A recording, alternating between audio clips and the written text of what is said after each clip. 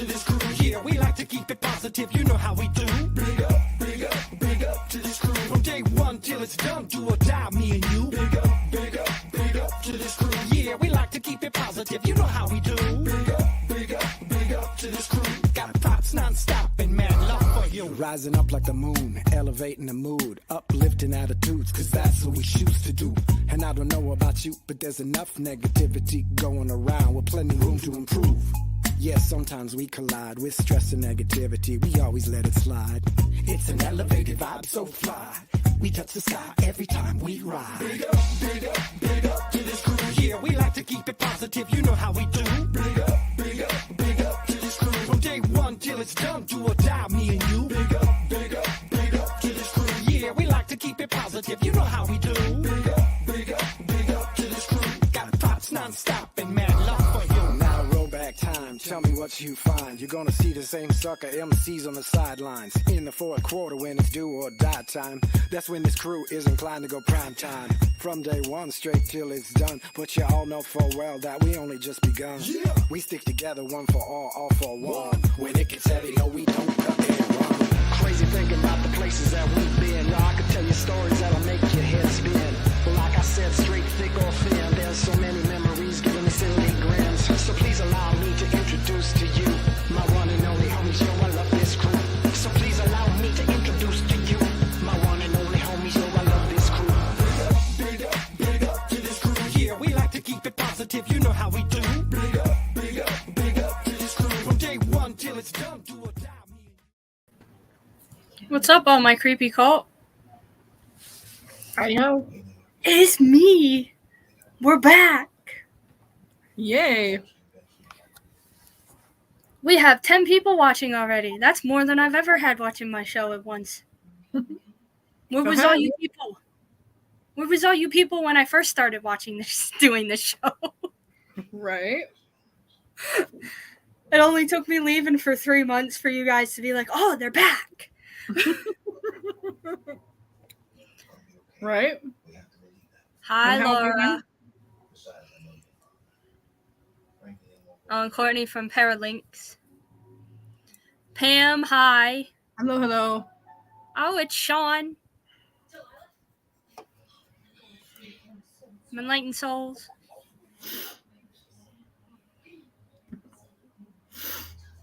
Of course, Raymond with the Pinkie Pie. Hello! Or it's hi ho! I'm Pinkie Pie now. I know, you're everywhere. You don't count.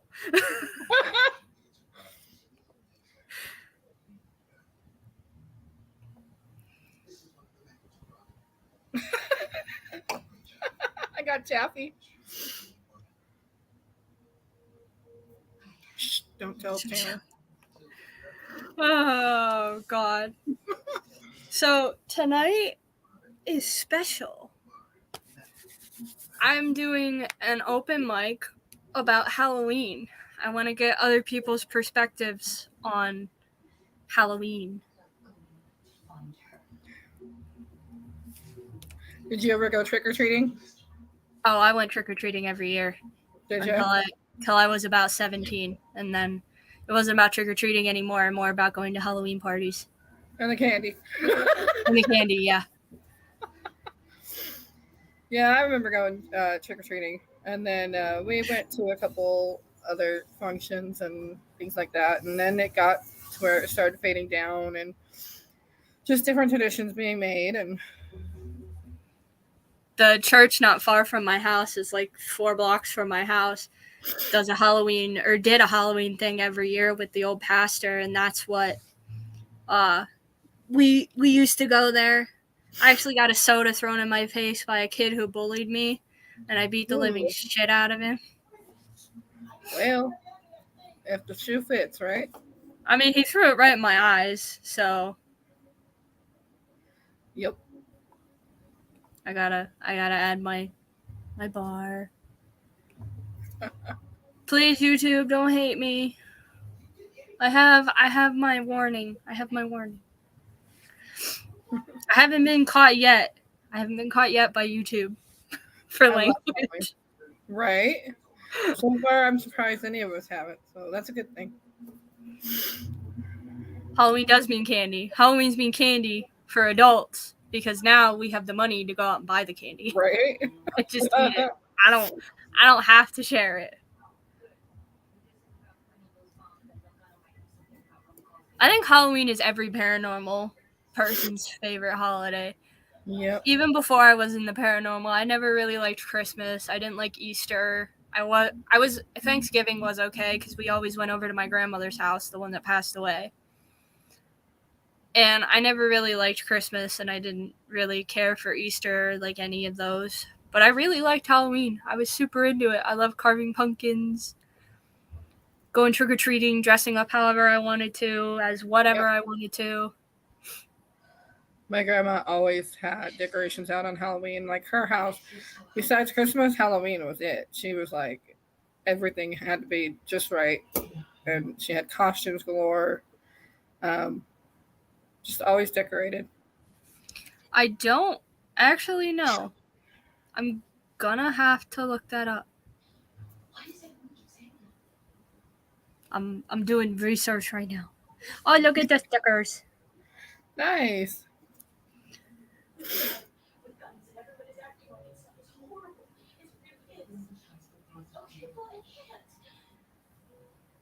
Where did Halloween come from? Yep, it's from a Celtic festival. So Ireland, Scotland, the Celts. It's from a Celtic festival. I can't say the name. I'm not gonna butcher it because it's a Gaelic pronunciation. I'm not gonna butcher Gaelic. Yeah, no. I hear you on that. But yeah, it's roots in an ancient Celtic festival. So yes, Steve, it did come from Scotland and Ireland. Yeah, there. Mm-hmm. Yep. Correct. I like the Samahan. Okay. Is it Samahan or is it? Did I butcher that? I know I probably butchered it. That's why I said I wasn't gonna say it. I think it's Is Samhain that though. the one you? Oh my goodness! See, Yeah, I that had was to what I butcher wasn't gonna say. it. So If she could pick me, she would. it's pronounced Soween. Sweet. Okay. Well, it's that or I used to say All Hallows Eve too. Yeah, All Hallows Eve festival was brought by the settlers to here. Hmm. Originally, people carved pumpkins and lit candles and stuff to ward off evil entities from entering their house. That's why they would put, instead of the happy faces that we have for pumpkins now, it would be terrifying faces, like with jagged teeth and everything. Or the I forget what they're called. But it's the lights in the paper Yeah, bag. I've seen some of those, Raymond, the carved turnips. They look terrifying. I bet. Actually, I think I might be able to pull up a picture. Wonder what it would be like to like carve out a gourd. That might be trippy looking too.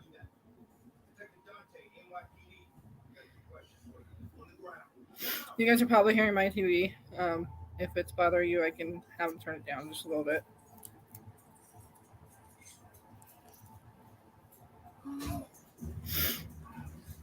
Share screen.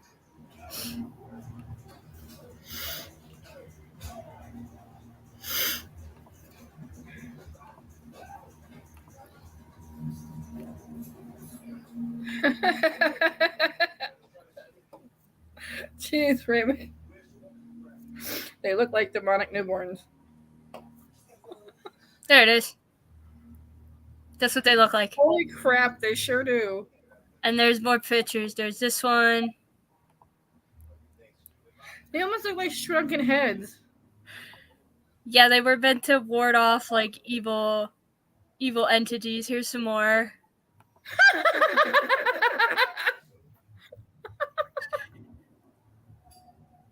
Wow.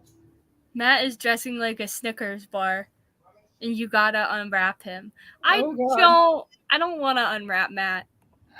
Matt can unwrap himself. Oh, here's some. These are on strings, so they could hang them on their doors. That's pretty creative, actually.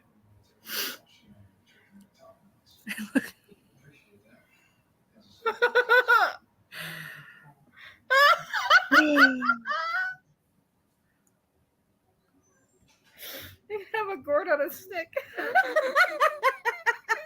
Oh my god. We're not going to share any more of those. No. All the creepy looking costumes and things that we are putting in the window were said to ward off evil spirits. I think over an island they were squashed through a pumpkin. It's from Squash. LOL. I guess whatever you had handy works. I mean, if you had a bunch of turnips, I guess instead of carving pumpkins like we do, you carve turnips. Raymond, your penis looks like a demonic newborn. I give you demonic newborns. Dude, that sounds like a personal problem. Sorry. Don't take that wrong, Raymond, but it's Oh, what other Halloween stuff? Old.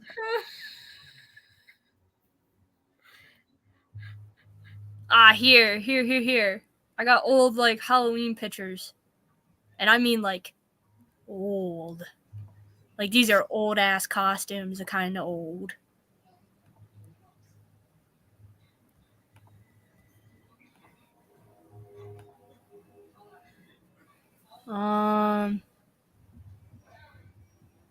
Here's one.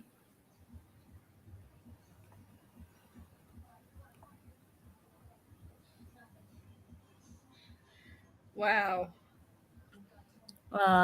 Here. Okay, that's frightening. There's this one.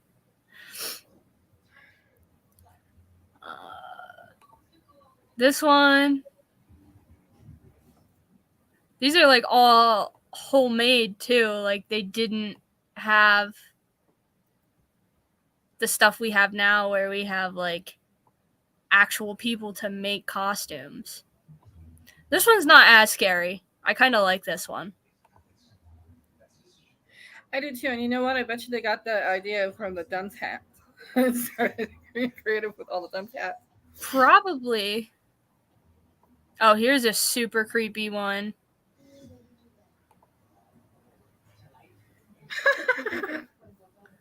And Wow. then there's this. Yep, nope. No. If I ever saw something like that coming at me, or a clown at that, you'd see Squeaker's fat butt run across the street, and I can't run, so then you'd see me go. I don't know what this kid's dressed as. The one right there in the middle. This one right here. He looks like a rabbit mixed with a donkey. A ronky? It's a ronky. Yeah, look at this picture. This kid right here. Or This did is it? like a homemade Halloween costume, but looks like a rabbit mixed with a donkey. Looks like a jackass to me. A rabbit donkey. No. Here's another like creepy one. These photos give me the creeps, like legit. I know, right?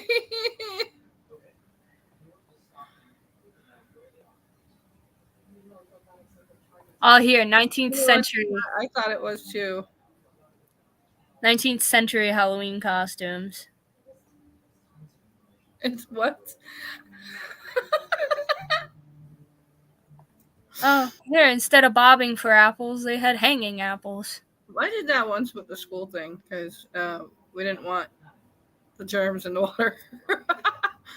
That kind of took the point out of it, but it was still fun. I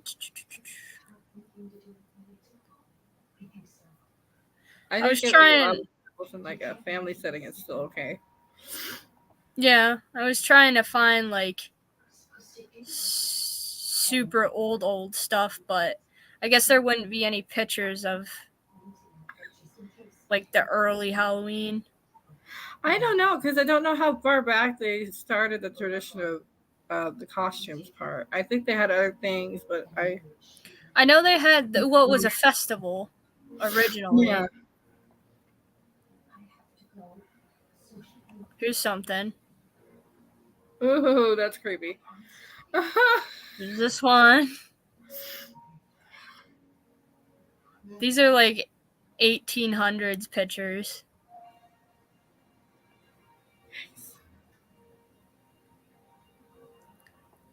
Imagine like your mom making you this kind of outfit. Right? We didn't have any outfits like that. We had like the typical doctor, the nurse, the cowboy. Take no offense, please, because I don't mean any offense by this, but we also had the Indian. And we had a few other things. We had animals. We had, I think at one point we had a gnome. Grandma just always put together all these types of different costumes, including a creepy clown. Hi, Steven. Hello. Howard said one of those pictures looks like his ex-wife. Your ex-wife looks like an 1800 Halloween costume? That's pretty bad. I did actually, Steven, go to Salem close to Halloween, like the week before. It gets super busy, I will warn you. Like, it is very... If you want to go during Halloween, you're going to have to, like, book it months ahead of time. Otherwise, you're not going to have a room. And you're going to want to plan out what you want to do. Like, if you want to see the Witches Museum, you're going to want to buy tickets when you book your hotel. Like, just make sure you have everything before you That's go. good. because when me and Matt went, I wanted to see the Witches Museum, and they were sold out of tickets. They sold their last 2 tickets. Wow. We went up to the ticket booth, and the lady was like, yeah, we just sold our last 2 tickets to that elderly couple that just walked in.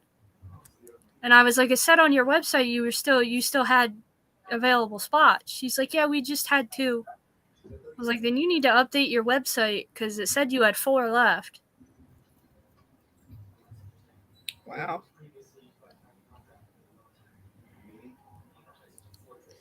She's actually a Bigfoot. I've lost many razors and razor blades every month. Just saying.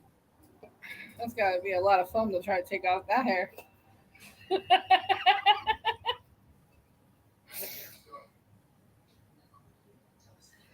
Yes, that's where I want to stay. The Hawthorne Hotel. That's the haunted hotel in Salem. It's a bed and breakfast. I just would, if I ever got the chance to go to Salem, man, I don't know what I'd do. Well, you definitely want to go in the summer because it does get cold up there as well. Because it is in Massachusetts, so it's up. Well, it's up from me.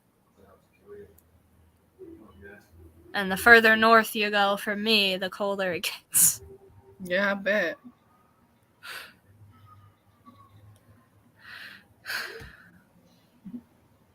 I'd like to go to Salem. But yeah, that's one of the hotels that gets booked up like a lot because of it being haunted. I want to stay there so bad. Like I would love to go back to Salem, but I mostly want to go back to stay at the hotel, walk up to the front desk and say I want your most haunted room. And have the front desk person look at me and be like, "Are you serious right now? Are you sure?"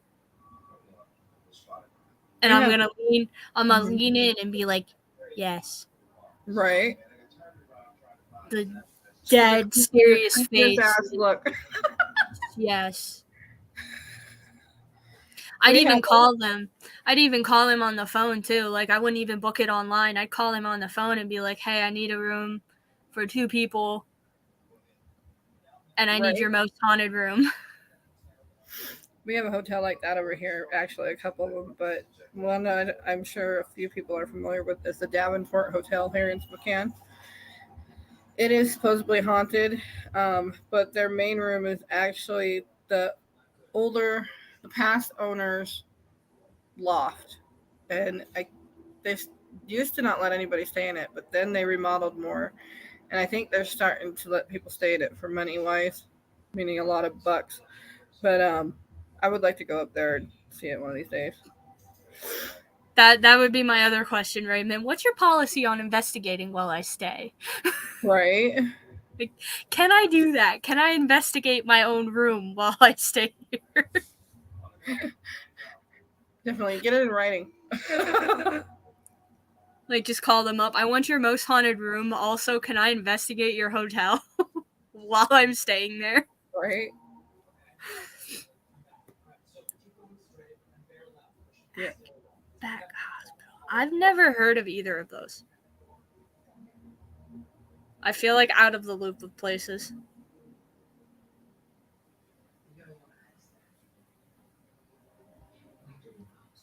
LOL, I stayed in Massachusetts for 6 months. Actually went looking for the Salem Witch Caves in Framingham, Massachusetts. I was doing this in January. I will not ever do that again. Ever.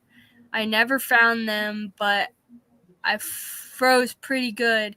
Yeah, it gets cold here in Oklahoma, but not like Massachusetts. My skin color was blue. Yeah, it gets cold up there, especially at night. If you go anywhere out at night, like we were up there for most of the day. We went from like 7 or 5. We left here at 5 in the morning, got there at like 7, and we stayed there till about 8 or 9. We went to a mall to get food, left the mall, and as we were walking out, my lips, because I had hypothermia as a baby, started to turn blue. And we didn't even park that far in the parking lot. Well, that's weird. But that's just how cold it is up there. It gets so cold when the sun goes down. It's just ridiculous how much of a temperature change. Like, we get that here in Pennsylvania, but it's like it went from being kind of cold, like tolerable, like you could wear a sweatshirt and maybe a jacket and you'll be fine, Right. to I needed a sweatshirt, another sweatshirt, and a jacket just to walk through a parking lot. I wouldn't be able to live up there. Nope, I can barely stand the cold here. One of the Sometimes hospitals in winters. Oklahoma, and the other one is just over the Oklahoma border in Kansas. Oh, okay. I've never been to Oklahoma.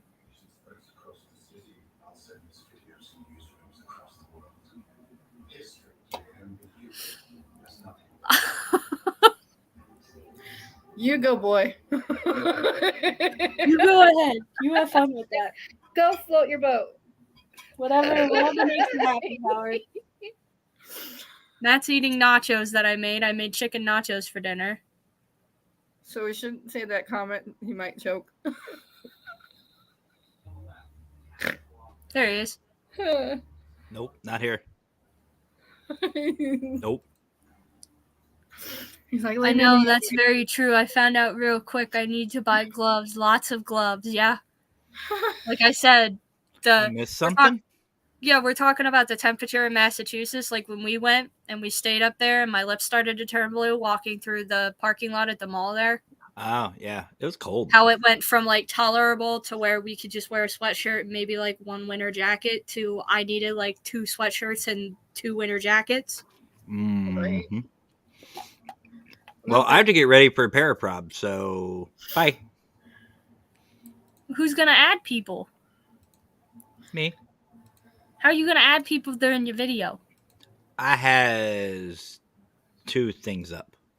I have paraprob studio ready to go as soon as you ladies are all set, and I'm bouncing back and forth. So, I mean, we technically are good.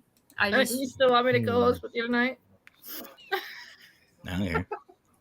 Anyway, while you're here, really quick. What? I have food. Yeah, you can have food. You can I do have have your food. food and fucking eat it.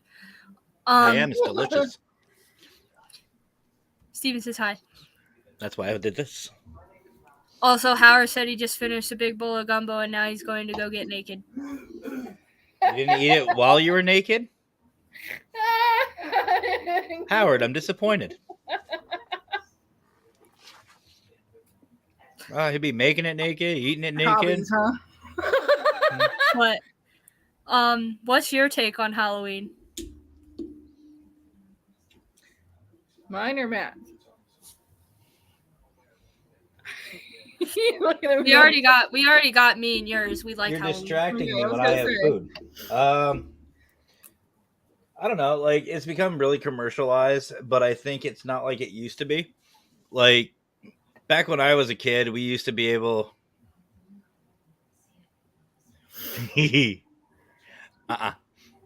No, he already told me. He said you're going to dress up as a Snickers and I have to unwrap you. She's not herself when she doesn't have her Snickers. I don't like But Snickers. anyway, stop it. But No. Steven, I know you mean that sincerely, but at the same time, smartassly. So you're welcome. And but anyway, I don't know. Like it hasn't been like it used to be. Like back in the day, you used to be able to pull pranks and have fun and do whatever you want. Ooh, excuse me. Now we have all these Karens out there that, oh, that's dangerous. Shut up. It's fun. It's supposed to be date. Just like a good story doesn't ever start with a salad, fun and excitement never starts with safety. Well, it's also like how people are saying how Wiccan the Hocus Pocus is. The second one. I'm like, I haven't seen it yet. Don't ruin it for me. And I said, right? Exactly. It's But like I Bruno. said, We don't talk about it. oh, Yeah, I well, know. Ruby's ruined it for me today. She said it wasn't filmed in Salem. It was filmed in New Jersey. That sounds about right. Well, they ruined it for me too when they said it was too Satanism and too demonic. And I'm like, what? What did you expect? It's about witches, The original one was the same way. Anyway, right? I gotta go. I gotta get ready for my show. Fuck you and your show. Later.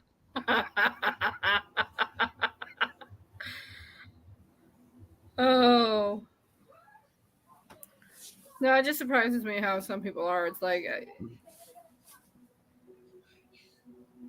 don't expect it to be something different when it's about something that it's, the same.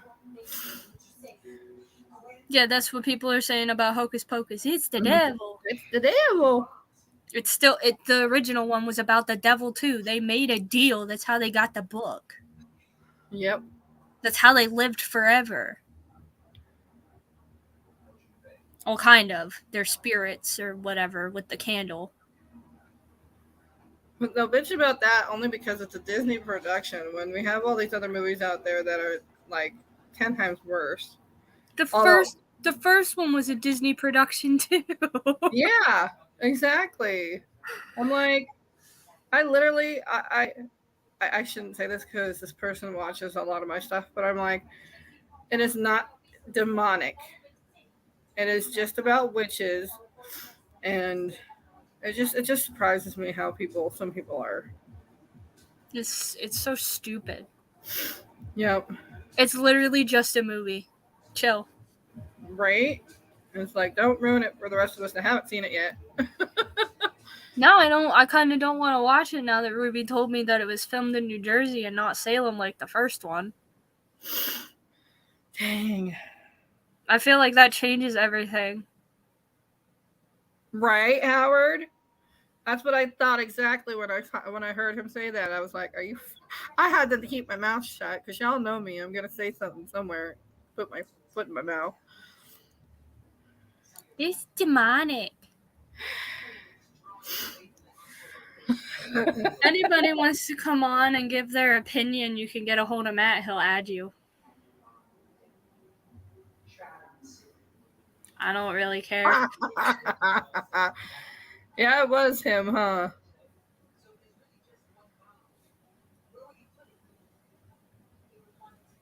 I mean, yeah, he says everything's a demonic, even if it's not evil. Or it comes out his ass. Well, come at me, ghost. Come at me. No, trust me, dude. You don't want me to come at you, is what the ghosts are saying.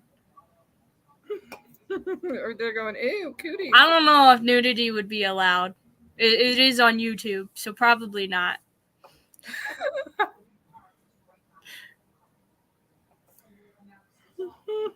That's not a serious thing.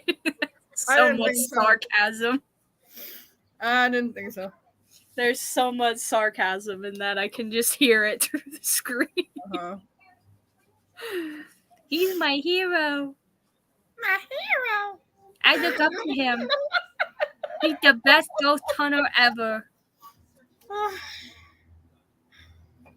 Hi, David.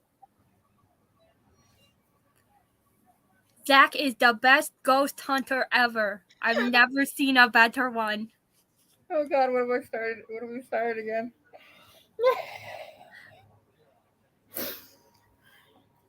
I don't see you, Raymond. I just see me in squeakers.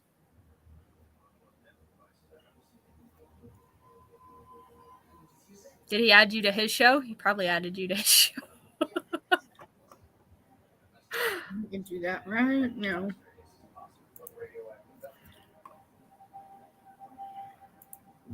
Hold on, Raymond, I gotcha. Yeah, because I think Squeakers and Matt are better at sending links than I am. It takes me a little bit. What? It's not gonna let me. What? Why is it not gonna let you? Well, it might. Because I have to log in. That's dumb. Let me do it though real quick because I do remember my password.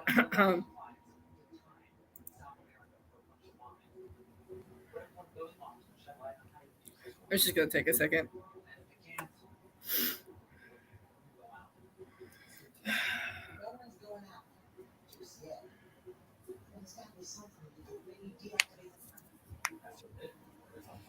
The moody music. Are you watching my show? He's watching my show. What show's that? Better do a podcast, so yeah. Equalizer. I love that show. Like it's kind of like a Grey's Anatomy to me. Like it's my go-to. Yeah, I just finished watching the Jeffrey Dahmer documentary. It's not gonna let me, so Matt's gonna probably have to invite him. Did you? I haven't seen that one yet. I still have my ex-girlfriend's Netflix. I probably shouldn't be using it, but it's still logged in on my TV, so I still use it. Change your password so she can't get it. No, just okay. Sadly, it's not her Netflix, it's her parents, her dad's. She uses her dad's account. So technically I have her dad's account, but I use her account on her dad's Netflix. No. I mean, that's why I am using it, Tanner. I have it, it's free. I don't pay for it. She don't pay for it. Like, I don't feel bad using it. And, like, there's no way she hasn't seen, like, stuff that I've watched on her Netflix show up. Like, if she goes into Netflix, she's gonna see, like, the Jeffrey Dahmer thing right at the top. Or, like, it'll be in your recently watched or whatever, and she'll probably come into work tomorrow and be like, have you been using my Netflix? Start fake watching all this stuff that she knows is weird. Oh, there he is. All right, there we are. Excuse me. Hello. What's up? Nothing. Talking about using my ex-girlfriend's Netflix. Yeah, there's nothing wrong with that. I used to do the same thing, so. Joke was on her, though, because I paid for it. If I wanted to switch the password and stuff, I could have. See, I don't pay for it. Her dad pays for it. I just use her account on her dad's Netflix. Make it a password that they will know. Like, make it one of their names. Make them right. Don't promote your show. No self-promotion, Paracrew. Get out of here. Oh, hell. Netflix and chill. Nope, joke's on you. We're going to play Silent Hill and Benadryl. At 3 a.m. Silent Hill is a fucked up game. I know. Can you imagine on Benadryl at 3 a.m.? Oh, God. No, I watched, what was that show? Jeepers Creepers by myself, and I had like 5, I was really young at the time, in my teenage years, and I had like maybe 3 Smirnoffs. I was so toasted, and man, that movie really freaked the crap out of me. 3 Smirnoffs. Yeah. Let's do this, Matt. We can add it to our other games, you know. Right. You can't take Benadryl. You get shaky. Well, that makes it even more fun trying to use the controller. Mm-hmm. Jeepers Creepers is freaky. They're supposed to be making another one. Oh, a third God. one. Yep. Out. Jeepers Creepers Reborn. I Yeah. can't. He was reborn like once already. Should have just called the second one Jeepers Creepers Reborn instead of Jeepers Creepers 2. Right. Well, it's like it. He's supposed to come back every so many years anyway, so. I hate that thing. I think that's where they got it from. I don't know if like they stole it from Stephen King and was like, yeah, we're gonna use it as like Jeepers Creepers. Probably. Actually, the movie that messed with me the most as a child was Tales from the Dark Side. Oh, And God. it was the story with the cat that messed with me. Nothing else has ever messed with me, just that one. My Pet Cemetery fucked me up, man. I can't watch that show. And then my mom had a cat like that. Like, not when fucking, I couldn't go around that cat. I was like, nah, get the fuck away from me. Every time. I hated See, that. this shows how young I am. I don't know about Killdozer and Scarecrow. I don't either. Scarecrow, yes. I remember that one. And there's different versions of the Scarecrow out there. And I think even, what is that show. And I'm sorry, I've been having brain farts all day. Supernatural did an episode off of Oh, okay, yeah, that I know. The one like scary thing that like really messed with me as a kid was the original Courage the Cowardly Dog. Oh, The one I love Courage. the one with the guy where they take the slab from the pyramid and he's just like, return the slab. I had nightmares about that, of just the guy just saying, return the slab. And I was like, no, I don't wanna. see, this is what I get along with Tanner too. We both are afraid of the same thing. I could not do Child's Play for the longest time. In fact, I still cannot do Chucky, man. If I ever saw that thing stand straight up in like the middle of nowhere, I'd be using my cane as a hockey stick. See, when I was younger, I liked Chucky. And now that I'm older, I hate dolls. So I hate Chucky. I hate Chucky. I hate Muppets. I could do Kermit and I could do Miss Piggy. Yes, Bert. Newt. Yes, Matt. Right. Return the slab. Oh, no. Oh, the doll that messed with me the most. My Nan and Pap had this guest room that whenever I'd go stay the night, I would stay in that room. Well, this clown doll hung from like a little swing that hung from the ceiling, and it was always fun to wake up 2 o'clock in the morning as swinging back and forth. I was like, no, I want back to sleep now. If it kills me, I won't be asleep while it does.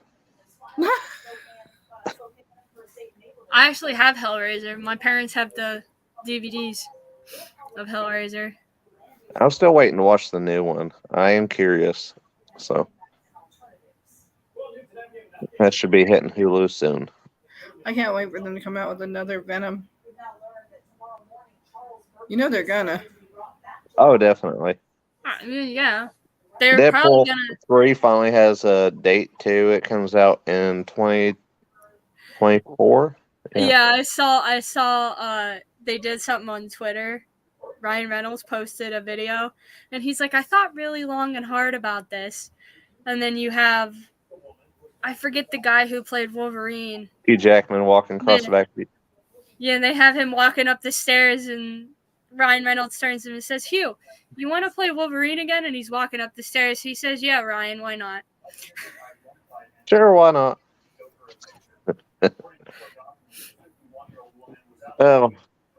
But yeah, like I said, Halloween is every day for me. So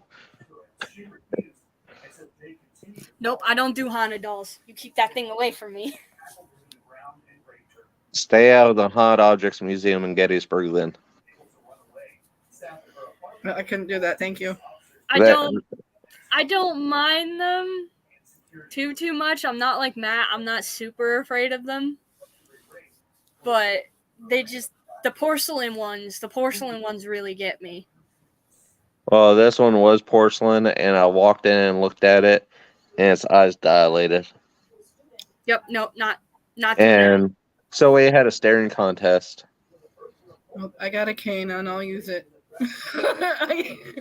It's locked in a glass case, but they'll watch the cameras, and it moves all over the place. Night, Steven. I'll respect it as long as it doesn't come at me. If it comes at me, it's on. It's gonna put its hand on the glass and go down really slow. They also have a doll that's in like a old time carriage that has human hair and human teeth. So, but that one didn't even mess with me as much as that clown one did in the case. I couldn't do that. Nope. You lost me at clown. I'm terrified of clowns. Me too.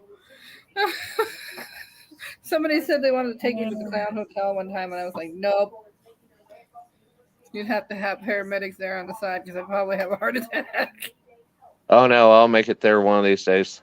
I'll probably have to go by myself. My girlfriend won't go. She is not into investigations whatsoever. She's like, well, if something attacks me. I'm like, it's not going to attack you. Chill out. It's like, these things are more afraid of me than I am of them. They don't like Matt. Ghosts don't like talking to Matt. They'd much rather just come talk to me. I'm getting better. I'm getting better. So I tend to have more luck if I just set equipment up and walk away from it, and then I pick all kinds of crap up. We got a doll on its way from Ohio that supposedly cries blue tears. I'll keep you posted if I see anything. Did it eat a Nice. Smurf? I want to know if it cries blue tears. Do something to make it sad. I know, right? Oh, we're going to need a camera set up on that 24/7 there, bud. Yeah, no kidding. That would Yeah, definitely do a Facebook feed of it 24/7. Mm-hmm. TikTok too. You might even get some money doing that.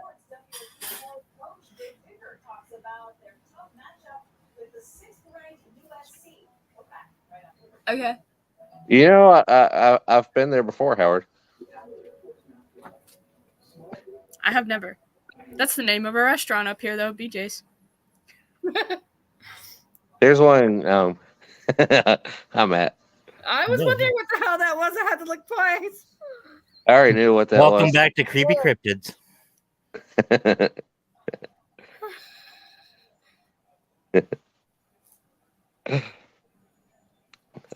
Pigeon Forge has one called Dick's, and they're great because you walk in there and they just start insulting you, and you can insult them back. So of course I have a blast in that place. We have a restaurant. I want to go to that restaurant. It's right there close to the Alcatraz East Crime Museum too. So Have you guys ever eaten at Dick's Burgers? No. There's always been a joke about it in town. It's like, go eat a bag of dicks. And it's just...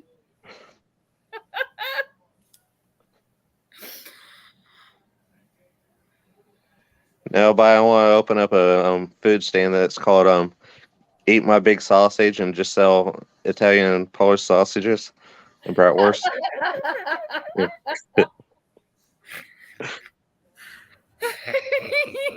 Where's that 18 plus at now, damn it? We probably need that back in.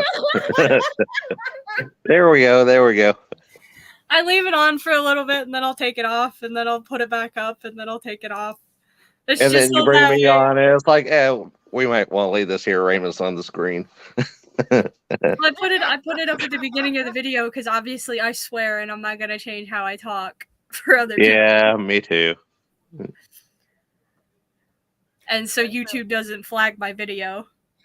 I have already said if I get like a bunch of subscribers and I start getting paid from YouTube for some unknown reason, I won't get sponsors or like commercials. I won't get monetized. Yeah. It's like the second time I walked into Bobby Mackey's, we were investigating, and somebody it was running an EVP session. They said, "Anybody got any questions?" I said, "Yeah. Why you guys acting like such pussies?" They're like, "Are we supposed to talk like that?" The guy running it was like, "At your own risk." I was like, "I'm not scared of these things."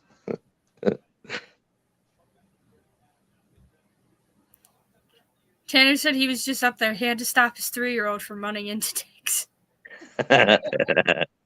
That's great. Hot dog cart called Dick's Dick Jokes. There you go. See, Tanner's got the right idea. You can sell corn dogs and call it dick on a stick. Dick on a stick. There you go, Howard. That should be at the stand at the Bloomsburg Fair. Dick on a stick.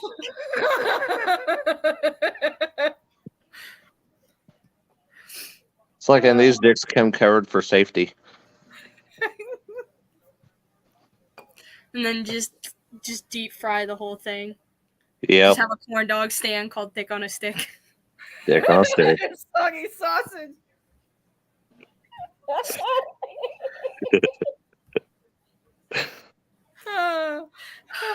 And I this have a is feeling why before the end of the night, me and Tanner's going to be going into business in the food industry. I'll be your employee. I'll get hired. I'll be your first one. This is on the menu. Or even better, I'll be the third business partner. We'll start another stand that sells roast beef sandwiches and call it Soggy Bottom. Soggy bottom buns. There you go. Soggy bottom buns. Oh god. So we mentioned roast beef, and that reminds me of a story my one brother told me about his biological mom. He said that one of her boyfriends said that her pussy looked like roast beef lips. Star say, did she work in a nursing home or something? Oh, I'm gonna get fired tomorrow. Don't do that. Jeez.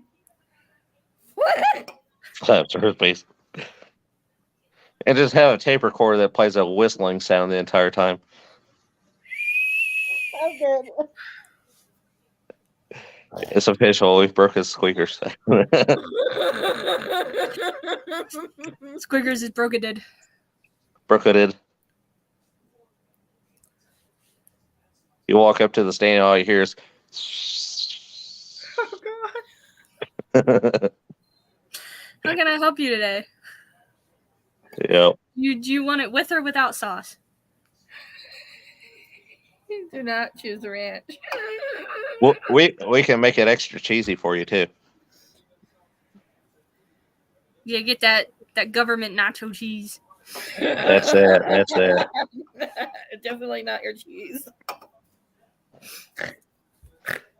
This is what one of the waitresses at my job calls the nacho cheese we put on the nachos and like the size of fries. She's like, give me a side of that government cheese.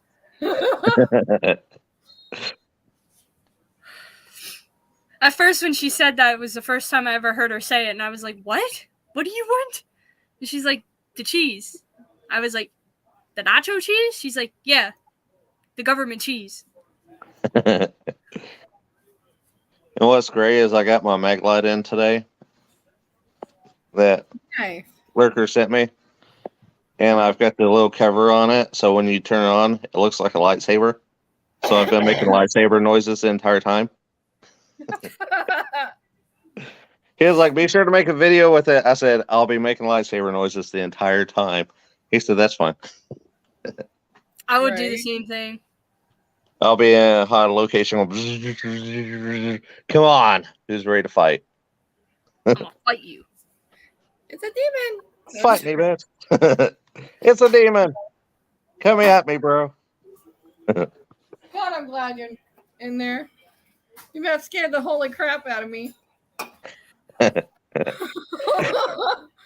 Like those 1800s I didn't know you were in there. costumes. Yeah. I could not imagine wearing those to school. Like, I get it might have been the norm back then, but like doing that now, you would definitely, your teacher would definitely be asking you to take it off. My teacher probably will say that's actually an improvement. Keep that on all the time, bud. Keep that on all the time. See, my first principal that we had in elementary school, she was all into Halloween, man. She would want every kid to dress up in something. And then we'd go and parade around the neighborhood, around the block. Oh, yeah.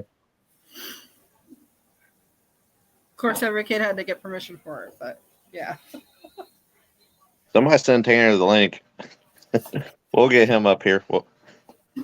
It'll be a party. I don't think I have Tanner as a friend. He says he's in studio. I don't know what studio you're in, but it's not mine. His studio. Let's see here.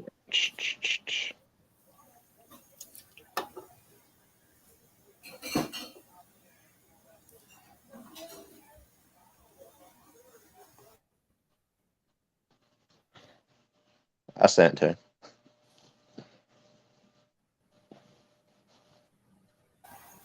Clock's ticking, dude. Come on.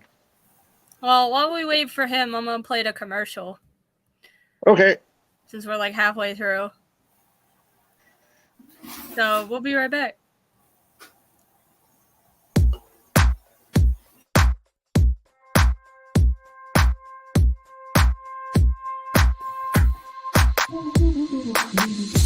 Broken open by the new.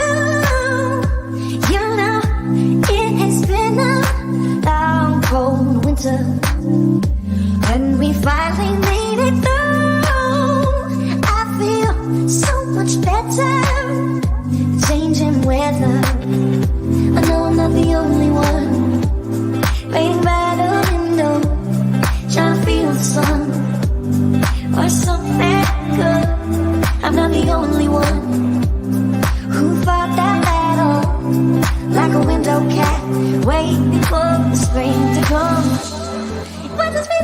feel it, tell me.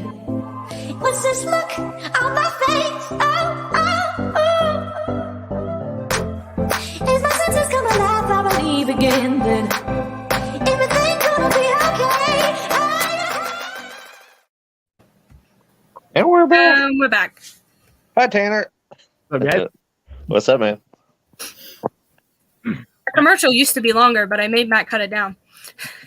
I was gonna say it just kind of went and done. From like 30 seconds to, from like 5 minutes to 30 seconds. It's like a minute 6 now. I got him to cut it down from like 4 minutes to a minute 6. Because it was originally like a 4-minute long commercial, and I was like, I'm losing viewers the longer the commercial is. Right.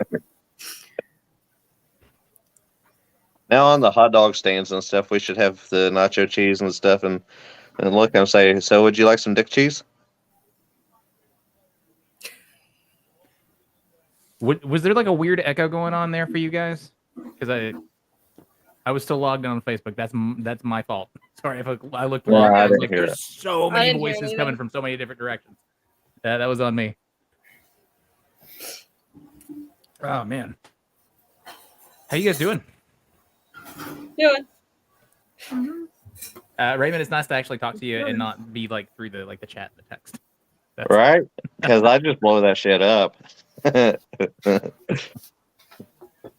You're discussing one location, and then you come back and there's like 10 comments. Oh yeah, no, that's how that last episode went. Like I'm on there and I'm like, okay, so now we're gonna move over to holy crap. Raymond said like 30 different things. But at least it was on topic, and unlike what I do to them, on this show I just say whatever. They're kind of used to it. My show's not like Matt's show, hence the banner. You can say Yeah. whatever. Oh yeah. All right. Like If this. it gets flagged by YouTube, it gets flagged by YouTube. I've already been flagged by Facebook. I've been put in Facebook jail already. At least my page has. What? How? Oh nice. 4 roses, single barrel. Pair of Karens. Eric Aaron's. Pair of Karens. Let's see here. I actually had a mom message me the one day and was like, "My son found your videos on Facebook." Okay. Uh-oh. Well, he's only 10. So what's your 10-year-old doing on my Facebook page? My Facebook page clearly says, even on the page itself, 18 plus. Yeah, You're not watching what your 10-year-old's watching? probably not. Right. My God. That sounds like a you problem, not a me problem, and I just blocked her. Nope. Actually, phone fell over. There we go. Yep. This will add to her love of the show. He's standing here pouring a drink. Well, that's why I always keep it under the microphone. It's like it's literally right here. I don't know if I can pull that up because you're on YouTube, and I'm not sure what their rules are about that. We'll say sweet tea. Oh no, I've seen YouTubers that play games, drink, and like pour drinks as Yeah. they're playing games. So I don't know. Raymond, are you local? Are you up in Kentucky? Or are you actually? I'm in Pigeon Forge? Kentucky, yeah. Cool. Cool, man. Actually, I'm just south of the, almost a stone's throw away from the Ohio River. So, Oh wow. and then the same thing with Huntington. It's about that close too. Oh man. So like so I had an idea until I got on camera and then it just went Contagious. it happens, huh? Oh my God. How do you guys usually do your open mic nights? Do you just is it like a free for all conversation or do you guys pull people up for I try to steer it in one direction, like we were talking about Halloween, and then like I just It's let the turned chat into go. dick pics. Yeah, Yeah. and then it was like Well, restaurants and then that- like I think at that one point I works saw you just let go of the wheel and you're like, fuck this boat. I have no Basi- control. Basically, if the chat starts going on stuff, I just let it go at that point, like, because then it gets off the topic, and I'm like, I'm not gonna steer this back any other way. So that's it. I'm letting whoever wants to drive. I will say that this is definitely turning into my busiest October ever. Sweet. 3 investigations already set up, and then I'm going to Scarefest in Lexington on the 22nd. So it's definitely turning into something crazy. That's awesome, man. I didn't realize you were a writer until you said that the other day on the podcast episode. I went to your author page and started going through your books. You got some interesting stuff, man. How long you been doing that? I've been writing books since 2017. Sweet. A lot of guys started back in 2017. It's That just seemed to be the year for all of us to kick in gear. Yeah. Do you read Lee Mountford at all? No. He does the Haunted Perrin Manor series. His stuff is amazing. He's got I think 16 books out now, but he started back in 2017 seriously publishing. And yeah, like a lot of guys that have put out some really good stuff started that year. It's like I noticed like authors are like wine. There's like certain years, like vintage and pedigree of author. Like you go back through like who they read, what year they started and stuff, and you can kind of see like different. Oh yeah, because I started reading like young. I was 4 years old, and by the end of high school, I'd already read it.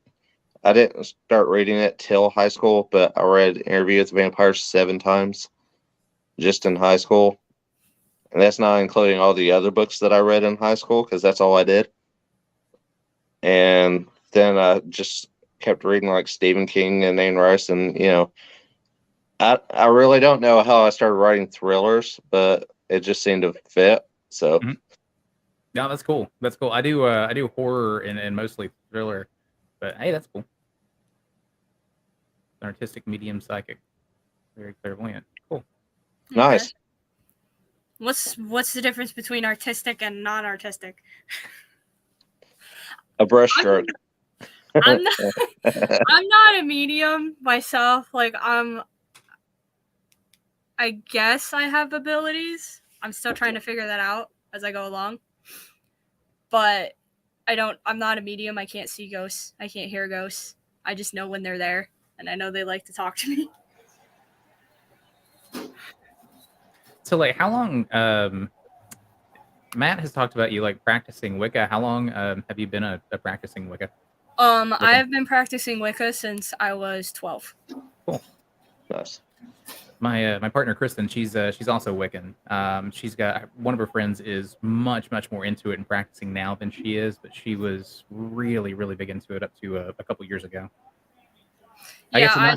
I kind of started to slow down when I started turning into an adult and getting more responsibilities and having a job, and I was like, now I can't do it as much anymore.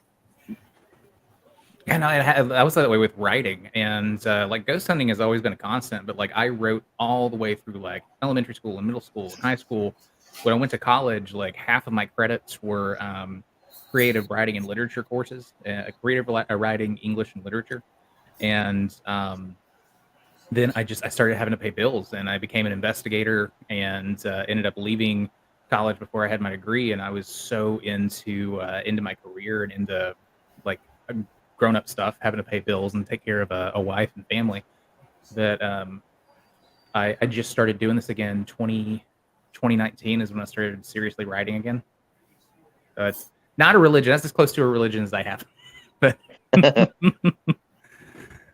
understand. Right there. Okay, so that's what an artistic medium is? You just let them take over your body? I don't think I would do that. I'd be afraid they'd stay. So how do you set those boundaries? It's different for everybody. Mm-hmm. And you are correct. I like to see if mediums can tell. I don't tell people that right away. Because if somebody says they're a medium, I like to see if they can pick up on that at any point. But you're all right, which is funny because I'm an empath without empathy. I don't have a lot of empathy for other people. It's like a weird personality disorder thing I have. I don't have empathy, but I'm an empath. I want to pick your brain on that. I've got a character Well, that I'm just because writing. you don't give a shit about what people think and stuff doesn't mean you don't feel it. There's a difference. Exactly. I'm a Cancer. I do have emotions.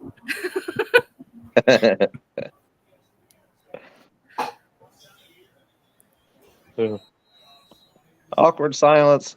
Mhm. You smell bullshit quick.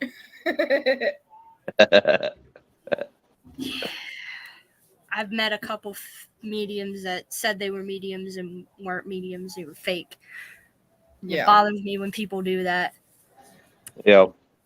So, like on an investigation, have you gone out with Matt and have you gone out with teams to do like residentials? How do Yeah. you handle that? Do you guys go over to the side and talk about it, or do you just say it like flat in front of the client if they're there? Matt doesn't usually tell me anything because he wants to see if I can tell if there's ghosts in the house. Like he a lot of times will be like, this person says their house is haunted, even though like he won't tell me if they've had any experiences or anything like that until after I'm like, oh yeah, there's stuff in here. But I go from like room to room to room to room to room through the house, and I usually walk by myself. Because if Matt's with me, they won't come. They won't come to me. I don't know why. They don't like him. No, it's the same. It also can be. I think that's with anybody because I've been the same way. Like if I have somebody with me, it doesn't always have anything happen during an investigation. It's weird. That's one of the reasons I like going places solo, and because I'll experience more. But like with residential investigations, like the family is there now that I'm not working with a team, and I don't know. I just have an easier time having experiences. I don't know if it's the lights. Well, I don't know. I don't go lights out, but like your imagination runs away with you with some stuff. I have caught myself doing that, but yeah, I've noticed going solo, I get more EVPs, more direct contact, more spirit box stuff. I will say my one cousin's house was haunted, and we went up to her attic, and I had a penny chucked at my head by a ghost. That's awesome.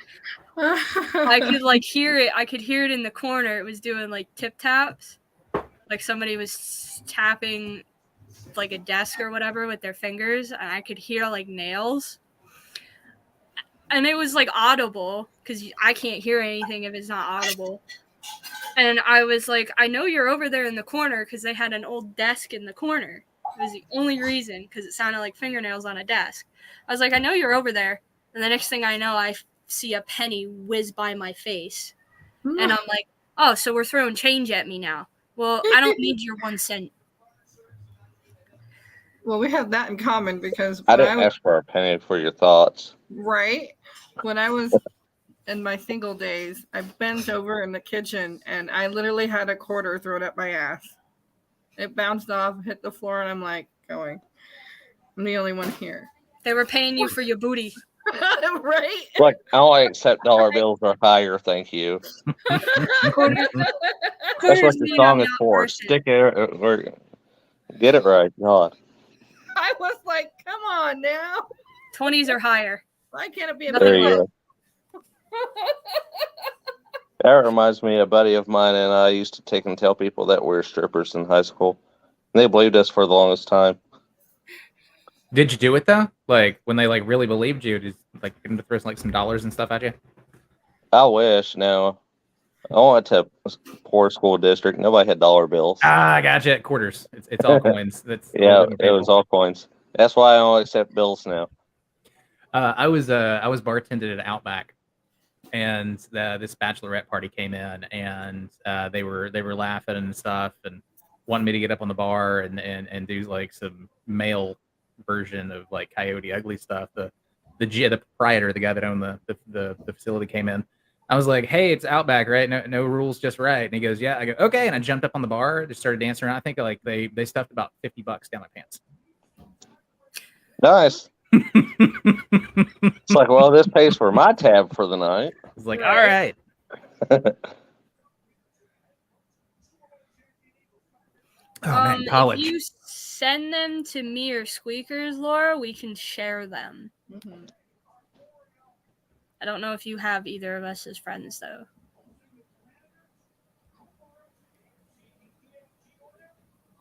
Oh, me? Yeah, like 4 or 5 of the ghosts that are in my house are family. My grandmother's with me at all times. That's my mom's mom. She passed away. She's with me at all times. My dad's dad, and then I have like 2 other ghosts in the basement that are also family that just want to be left alone. Those are Just the leave fun them ones. alcohol. That's all they ask. Right. I literally like I had a session with them and everything downstairs. Like I took my phone down and all I got over the EVP was leave us alone. And I was like, okay. We're good. We're good. No problem. Leave us We're alone. good. I'll leave you alone. You want to be Why are left you alone? here? That Hey, was the an only idea question for I a Creepy asked. Why Cryptids are you event. here?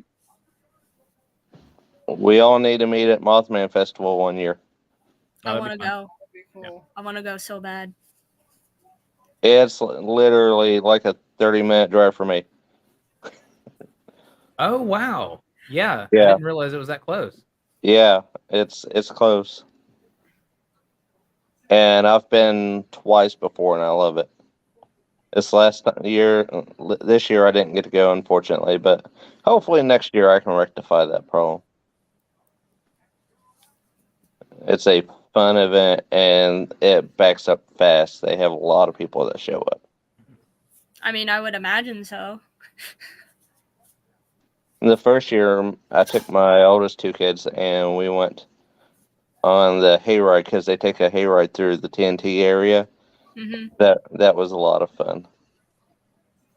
I just Do want they to go.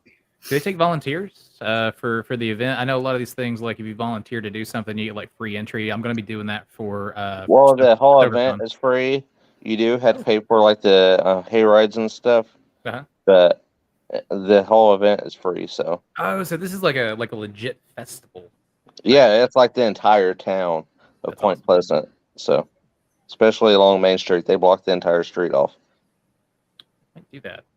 What's I'm pretty sure I can talk disappointing about though is Harris Steaks House is closed now. Which, if you've seen the Mothman prophecies, that was the restaurant that he was eating in. Mhm. That's the place that was based on. So That'll be fun. Be great. As a writer, are you planning on going to StokerCon? to where? StokerCon. Horror- No. Gotcha. They do pitch sessions and stuff. Like I'm going to be volunteering. I was going to volunteer last year, didn't get to. So I'm planning on volunteering this year and trying to do a pitch session. I've got a book I'm working on called The Tasting that has kind of a mainstream audience. I'm going to try to sell that one. Nice. But fingers crossed, I'll get a pitch section and Nice. land one. I'm actually working on a project of a buddy of mine I graduated from high school with, Mhm. and he's a director that lives in LA. So hopefully we can get that project, at least the script written, and see where it goes from there. I won't say much more than that, but I'll leave it at Nice. that. Good luck, man. That's awesome. Yeah. I Down will in say it is Georgia. a horror film, so. And Oh, then I've that's got like 3 or 4 books in process. It always helps to have something to work on. It's like I need to get out of bed. I have to put in 3,000 words today. Jesus. Okay. I'll bet. I just laid the laptop on my lap. What are you talking about getting out of bed? I write best in the middle of the night. Oh yeah, yeah. I've noticed that if I'm sitting outside, I get so much more done. Not just like writing fiction stuff, but like doing stuff for the blogs, doing stuff for like ghost hunting, going over and like checking out and doing evidence review. If I'm sitting outside, I get so much more done than I do in my actual like productivity space. Oh yeah. Oh yeah. I used to have an office just for writing. Mhm. Hardly ever wrote in it. I always wrote in bed at night. Everybody's asleep. It's quiet. All you have is the TV as background noise, and it would just pour out. One of the stories I'm writing, though, is about a medium. So, Sweet. I listen to It's- music when I write. I just started doing that. And I didn't realize how much it affects the tonality of what you're writing with the music, because I wanted to write a zombie comedy and started playing around with some of the characters. I do a lot of like mini stories before I actually start a book Yeah. or like start a thing. And I wanted to write a zombie comedy, so I put Dead Man's Party on a loop and was writing to the Dead Man's Party, and it like the tone, everything like that I had to work really really hard on like the first 2 books that I wrote. It just flowed naturally with the music. So that is, if anybody's listening is wanting to write a book, listen to music when you're doing it. Yeah, I thought it was dumb and It's a pro attractive. tip. It's Yeah, a pro pro tip tip. coming from somebody with ADHD who's been minor writing. Listen to music. I'm still working on like a little story. It's called Hellbound. Good title. It's nothing Whenever- super fancy. It's just like a fiction story that I came up with. Hey, it's a start. I started writing little 2-page micro. Well, I know now they're called flash fictions. Back in 2nd grade, about a skeleton, a toy skeleton that could open portals to different worlds with his eyes, and the kid would have adventures with him. The school actually pinned those up on bulletin boards and stuff, and made things so that other kids in the school were reading them. That's my very first like foray into writing. It feels good, even if you're not writing it for other people to read. It just feels good to get crap out of you and on paper. Yes, it does. Or on a screen, in the case now. I still handwrite stuff. Oh God, no, I can't. I'm too old. My hands cramp up. My entire arm does. Like I do CrossFit. I trained for American Ninja Warrior. I have like crazy forearms and grip strength. I start writing by hand. I get like 2 paragraphs done, and my fingers are just dead. My biggest problem is I was terrible at spelling because I'm dyslexic. So I do eventually end up typing it to correct all my spelling mistakes when I wrote it. Yep. I I'm have not sure to if that's type the because I can't dyslexia. read my own handwriting. My God. I Yeah. can only write in cursive. I try to write in regular handwriting and I can't do it. Like I can, but I can't. It's weird. My partner's family is very bougie. Her dad is a Yale educated therapist, and they're very sit down and write a formal letter and put it in an envelope and mail it off to people and use snail mail for different things. Very very proper people, and I cannot do cursive to save my life. I haven't used it. The extent of my writing was doing investigative notes and writing up just hand reports on the pages that I back in the day when I was first a private investigator that we had to turn into the secretary in the office, and she would type everything up for clients. So everything was block letters. Everything was standard print. And like I sat down and she's like, "No, we're signing the Christmas cards." And I do sign my name. I have an autograph that I do. But she wanted me to write write an actual note inside of the Christmas cards, and I was like, yeah, compared to your handwriting, it's going to look like Finn wrote it. Right? Yeah, mine looks like a doctor's signature. So I have my grandmother's handwriting, and I and my mom's. I started comparing it when I was way young, and my family, when they first, I don't want to say the wrong word, not came here, but when we first were here, they all spoke Norwegian, and so some of my grandmothers did not want that, and so as much because they were over here, and so they really worked on their penmanship. Like that was their thing. That was you had to have good penmanship. That was in I forget what you call it. I don't want to say American, but English. yes, thank you, English. Technically, it's American English, but yeah. Yeah. But so it was Tomato, always tomato. straight up and down cursive writing. And I told my nephew to try to read it one day, and he's like, "What the heck is that?" And he's like, "It's a password." That's what he said. And I'm like, "It's not a password." I laughed so hard. Yeah. I wish that they would teach it again, though. Some places do. I don't like Matt's daughter, my stepdaughter, hasn't even like talked about learning cursive, and I started learning cursive when I was her age, and she's 7. And they had a cursive writing teacher come in to teach us, and they don't do that anymore.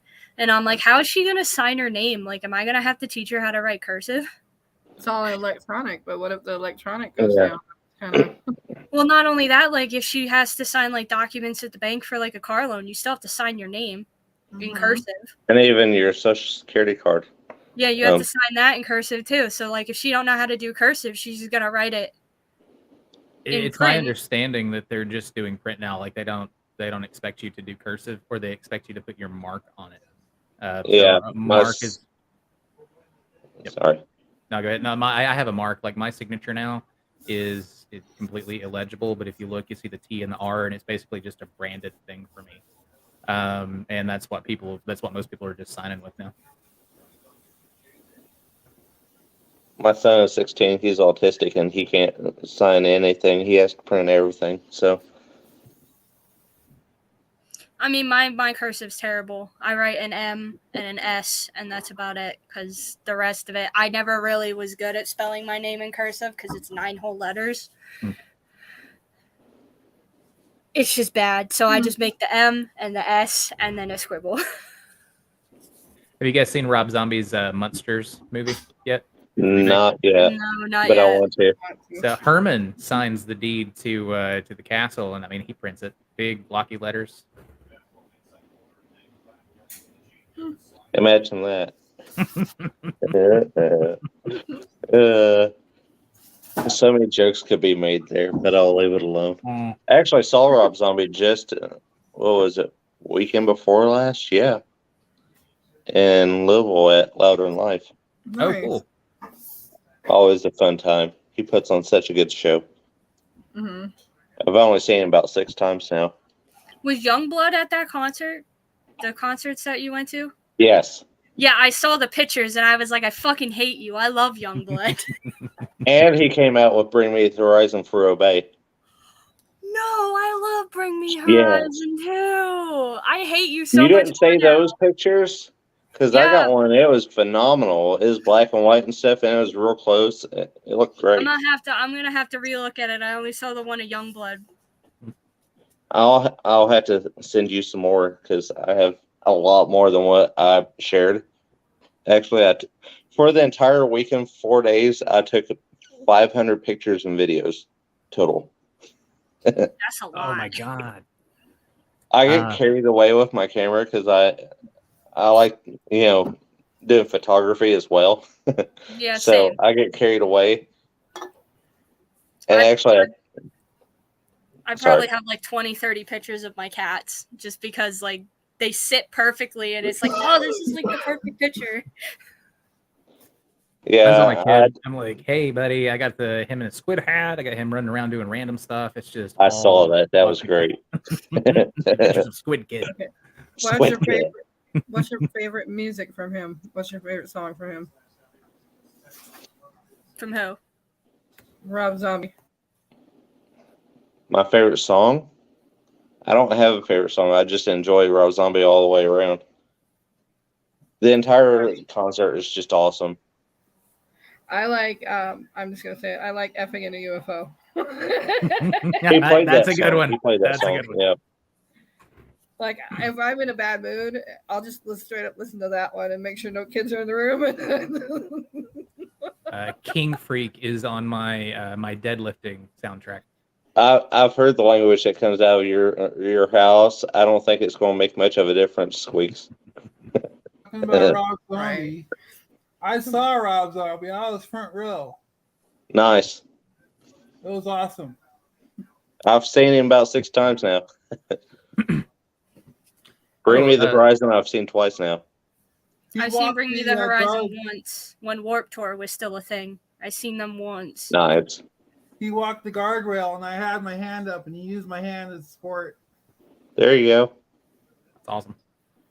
I saw In This Moment a while back, and that was an amazing show. Yes, they're great. They were there too. Oh, cool. It was 4 days and close to about 160 bands, so it was well worth the money that I paid for it. Good. See, I don't see the photos you sent, so you must not have sent it to the right chat, Laura. Because it's not in Creepy Cryptids or the P3. So I don't know what group you sent it to, but it wasn't any of the two that I have. Oh, Laura, you said you wanted to write a book, but you don't know where to start from. Do you mind if I do a shameless plug real quick? Yeah, that's fine. So this right here is my writing podcast. If you go to iTunes, Apple Podcasts, Stitcher, Spotify, any of those platforms, check out Writing Fright. You'll see my little Scully guy. That is a show that documents my journey as an author, the resources that I found to write, the resources that I found to edit, the books that I've read, the mentors that I found, and the organizations that I found to help me like streamline writing a book and putting things together. I've got it all there on the podcast. My journey start to finish, specifically with the book that I'm working on right now, The Haint. And it's I made it to be a resource so that new writers didn't have to fumble around as much as I did during 2020 and 2021. And also, I'm a plethora of information too. Don't ask me about the writing process because I'm out there. It's basically just streamlining writing. It really is. I don't think I've actually written anything as a guide since the second part of Rise of the Fallen. Everything is just everything has just been just straightforward stream writing. Wow. So I tried to do that. I did that with a novella. It was a nightmare for me. I'm a plotter. I do meticulous plots, and I go off script quite a bit when my characters start running around because they just do crap. But yeah, I do these crazy character sheets, and I'll spend a month getting the story down before I actually write a word in the actual story. Oh no, I'll just start writing. Like the first chapter I wrote in a couple of days, and it was 6,000 words on the medium story. If it starts coming, I just let it flow. I don't stop it. No, if you've been told to, you should. Yep.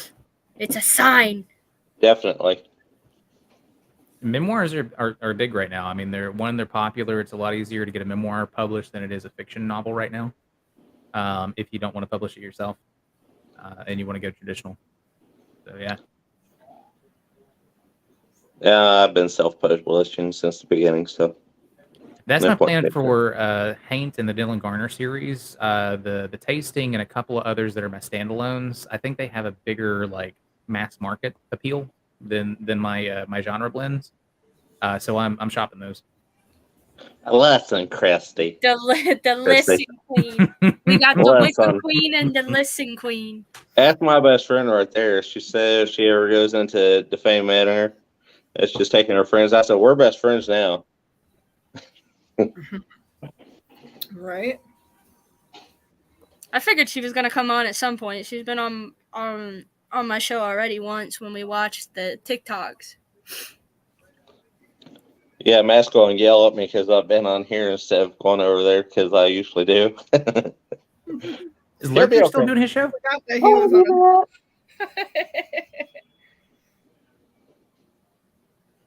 Matt has to deal with me enough anyway. I mean, he called you a lot. Yeah, he calls me a lot.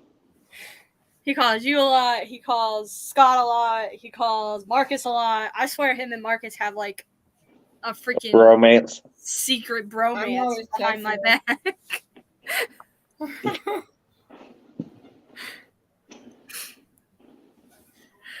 You can go to Creepy Cryptids.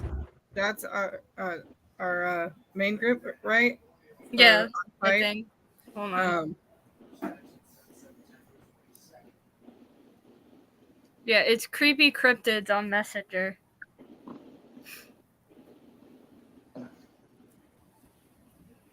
It's literally just the name of the podcast. So what's been your guys' favorite? You know better than that, Chrissy. I love you. What's been your favorite scares of all time during like Halloween time? Have you guys ever pranked anybody so bad that they peed themselves or anything embarrassing? Oh Mm, man. not during Halloween, but one time me and some cousins were going for a bike ride and we went to a church and found an upside down pentagram and tried to get out of there. However, when we start to leave, my shoelace had come untied and wrapped around my bike. So we were fighting with my shoelaces, trying to get out of the place and stuff because we didn't know what was going to come at us. Yeah, that'd be frightening. Most of my prank days were like back like college years, and like it was not like scary stuff. It was like the guys passed out on the couch and we drew dicks on their face, or we drew some stuff that was inappropriate where they had to go into work the next day, and God. we did it with like Sharpie. I don't know how they did this, but they snuck into my bedroom and filled my side of the bed completely with shaving cream. Did not put it on the girl that was there. Like her side totally dry, my side complete. I don't know how many cans of shaving cream they used. The entire, like I was like this Twinkie, like tucked in under the bed. Like I woke up and I was like, "What is?" And like I got out of bed. I looked like the Stay Puft Marshmallow Man after he'd been blasted by the Ghostbusters. It was. I did accidentally prank my son. We were playing hide and seek. I think it was a couple weeks ago. I was hiding in the bathroom. The bathroom has it's like the ensuite and the master bedroom, and then there's a walk-in closet off the bathroom. And so like I'm in the closet, and he's running in. He's like, "Daddy, Daddy, Daddy." He's 3. He's about the size of Leprechaun, and I just hear like little feet running around. And he runs in. I'm like, he has to know because this is the only place that I could be hiding because he saw the direction that I ran down the hall. And he doesn't see me. So he runs out and then like smack the wall. And he comes back in, he looks around, nobody's there. And he runs back out. So I step out and I turn the faucets on in the bathroom and I flush the toilet and I step back in. And he comes in, he looks at the sink running, he's like, and then like I just smack the wall really hard and he screams, he goes, "Ah!" and like runs away to his mommy going, the bathroom is haunted. When she like brought me to a thing, I was like, man, how many like violent hauntings and like scary hauntings do we have where there's just a ghost saying, "Hey, I'm here," and it just scares the piss out of people. It's just like all the growls and stuff. What if it's just in a frequency that the recorders can't pick up? Yep. So it just comes out as a growl when it's actually somebody talking.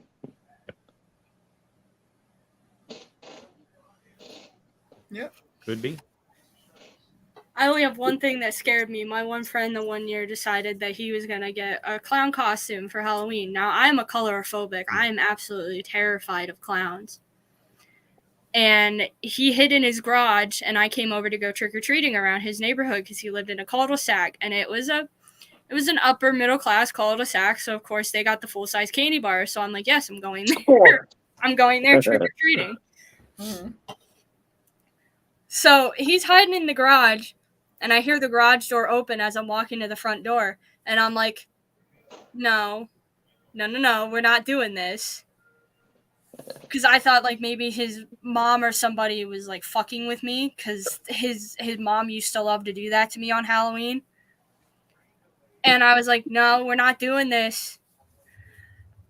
And I turn around like really quickly, and there's a fucking clown standing in the driveway. And I have this plastic baseball bat with me for my costume, and I just run over and I whack him as hard as possible on the side of the head. And he's like, "Motherfucker." I was like, "Tristan." He's like, "You just smacked me." I was like, "Yeah, well, you scared the living shit out of me. You expected me not to defend myself?" Oh my god. Give me He flashbacks. never dressed as a clown ever again around me. I still would have died laughing though. Oh my god. Actually, the college I went to, the entire campus was haunted, so that was Nice. fun. I enjoyed that. It freaked me out a couple times, so. Schools get Well, like a yeah. lot of really interesting activity. Like my middle school was one of the first places that I investigated, and it was more of a time slip type thing or some sort of like weird super freaking weird residual stuff. But there's so much energy expelled there that that stuff just kind of hangs around. It's interesting. Me and my friend was hanging out in a building that was the art center, and we were just sitting on the stage, just sitting there talking. And all of a sudden, the lights were on, but you could see it getting blacker and blacker and blacker, and it's moving toward us. And it gets really close, and we're like, "Oh hell no!" And we run out the door, and we shut the door and turn back, and it's completely black in there, and the lights are still on. Oh no! Oh yeah, they've had people say that they've had a creepy old woman trying to climb up in the bed at them. They've had people scratch and all kinds of stuff. I really want to go investigate, but I doubt they'll ever let me do it. Yeah, no, most schools are pretty turned off by it unless they're like, "Hey, we can do ghost tours here and make some money." Well, this is Alice Lloyd College, and they're a very big Christian school, so Yeah. I don't see that happening. Yeah, no, they're not going to be into that. Yeah. I was at man, no, I'm not going to say the name of it. It was a middle school where I went to middle school. It was one of my first ghost hunts. I went out with a friend of mine, Sean. We had just gotten the equipment, and my mom dropped us off because I think I was 15. No, I hadn't got the equipment yet. We were just going in to take a look because I was still 15. And it was at dusk. The sun had gone down. It was getting dark, and the school wasn't just one building. It was several buildings connected by a bunch of different sidewalks. Like it was a campus. And we were back toward the back of the property. There's a playground because there's an attached elementary school, and there's a blacktop that you would do recess on when it was raining. And we were at one of the back buildings toward the blacktop. The sun was going down. It wasn't completely dark yet. Sean had seen that a building was open. He split off and walked into a building. I basically I turned around, and as I turned around, this dude walked past me carrying like 2x4s and stuff. And he was dressed in. When he walked when he walked away, like I'm looking at him and I focus on him. When I focused on him, it was suddenly daylight, middle of the day. It had been dusk. And I'm like, where'd the sun come from? And so I'm walking behind him like, hey, what's going on? I'm a little freaked out. And the blacktop looks a lot newer than it did. It wasn't anywhere near as cluttered as it was. And basically, they were building parts of the school and doing maintenance on the school. This was back late 90s. So, I mean, they were dress-wise, they were in the right decade. I mean, probably late 80s, maybe early 90s. Small southern town. So, there's a lot of blend between fashion and decades.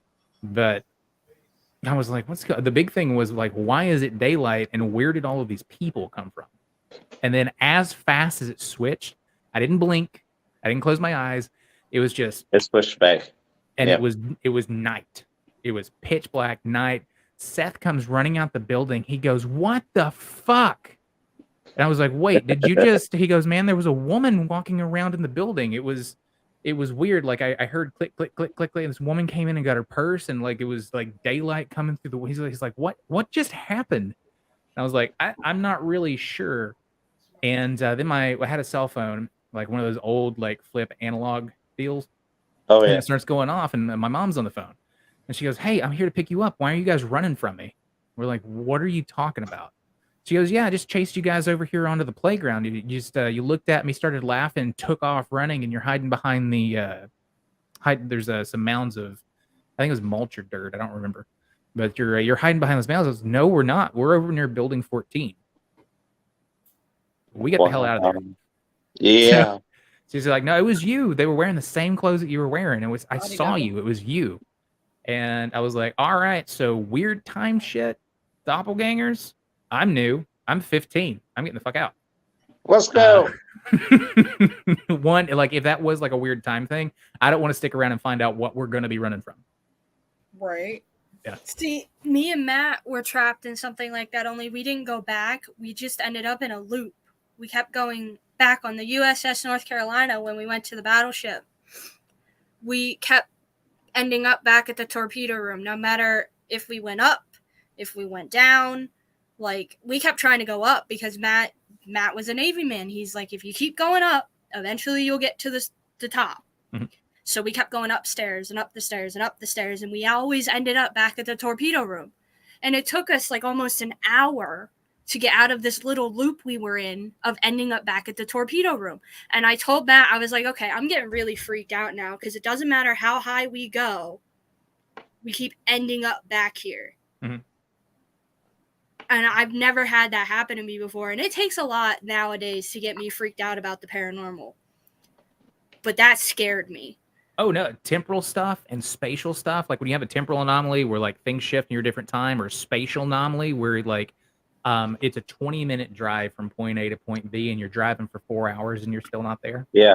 Or like where you're stuck in an hour where you're going up and you keep ending up on that bottom or that lower deck time after time. That stuff freaks me out because when stuff snaps back, what happens if you're in like a transitional point? Like what happens to you? Like suddenly everything compresses. It's that's so what happened to us, tricky. because eventually we did get to a point where we found somebody else and they were like, oh yeah, you just go up this way. And me and Matt were like, we were going up those stairs. We kept going up the stairs you are pointing at right now, but we kept ending up back at the middle deck near the torpedo room. You were on live for a little bit with that situation, and it was Yeah, weird. you guys at one point, I guess when it snapped, you said the screen went black.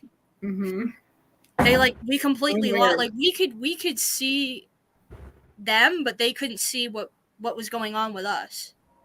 Mm-hmm. It's like, did you slide over into a different dimension? Was there something like temporal that was happening there, or was there an entity that was messing with your perception? Because I've had it happen like in a spatial thing. We were at a location with a known, at the time, like it took us a while to figure it out, but we were like, this is a known elemental, a very, very powerful, very easy to piss off entity.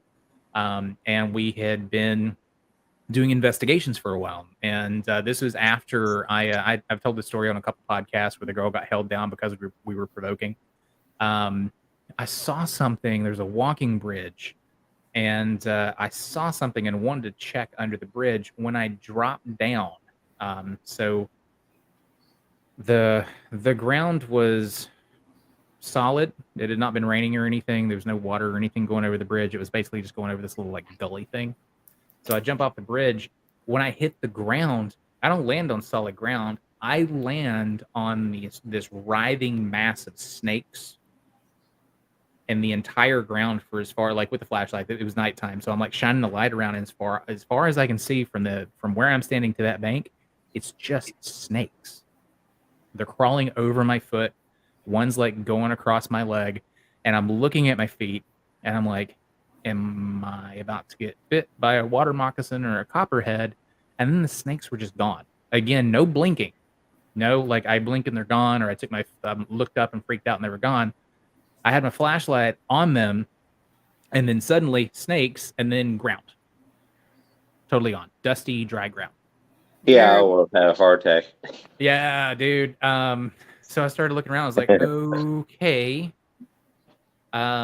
Obviously the snakes weren't there, but because I could physically touch them and feel them, were they there? Was it just fucking with my perception, causing like interacting with my ability, my senses of touch, my senses of space and sight and smell? Because it smelled, Maybe snakes some like, sort of a wormhole. or like was it like a really, really complex illusion like that, or did it actually affect the space and the snakes were physically there? No way to tell. I was the only one down there who was able to see it, and this crap hardly ever happens when you have two people. But yeah, just super weird. It happened again, same location. Actually, more people were there, so people did see this. I had set some equipment up, and I was there. The police knew that I was there. They knew what I did.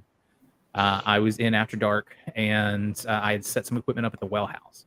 And I had a recorder going, I had a camera going, and I had an EMF that was in line with the camera, a tri-field, and like one of those like environmental things. Not a very sophisticated one. This was back literally turn of the century. So it was like high and low weather inside and outside of the well house, which was a 2-story brick structure that the top level had been broken out. So So I'm starting to go in, and then suddenly, like, the baseball team's there, and I'm like, "Hey guys!" And they the park was also used for some other stuff. Yeah. So they saw me going in. They're like, "Oh, you're the ghost hunter guy." Yeah, I was like, "Yeah." So the entire baseball team goes in behind me to retrieve this equipment, which I felt a lot better about. So I walked back there, and I don't remember the guy's name, but they all stood at the bank. They would not go near the well house.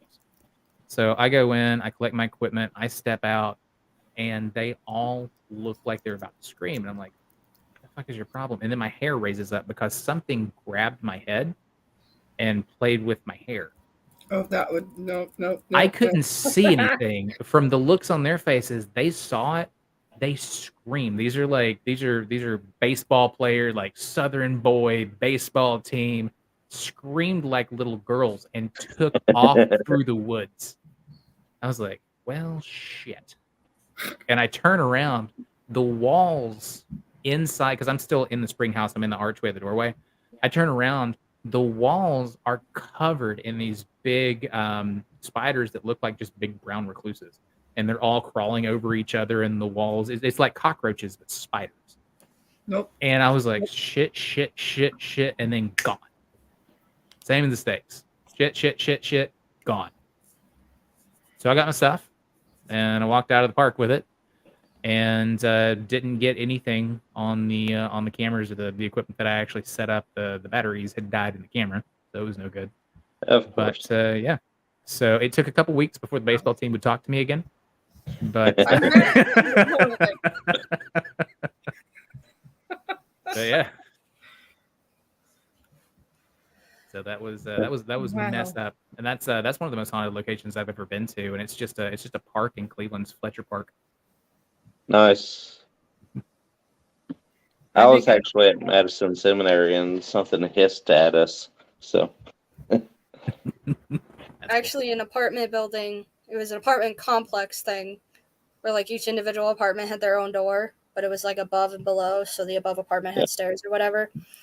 And it was in Lancaster, and where I lived was like in the city, but out of the city. Like it was more towards like Amish country out there. And where my apartment complex was, it was right across from a cornfield. So there was this big gate, and then there was a cornfield directly across the street, because there was an Amish house, an abandoned Amish house on that side too. And I didn't have a car at the time, so I was walking out the front gate, going to walk over to the grocery store, and I hear something across the street. And it's like 12 o'clock at night.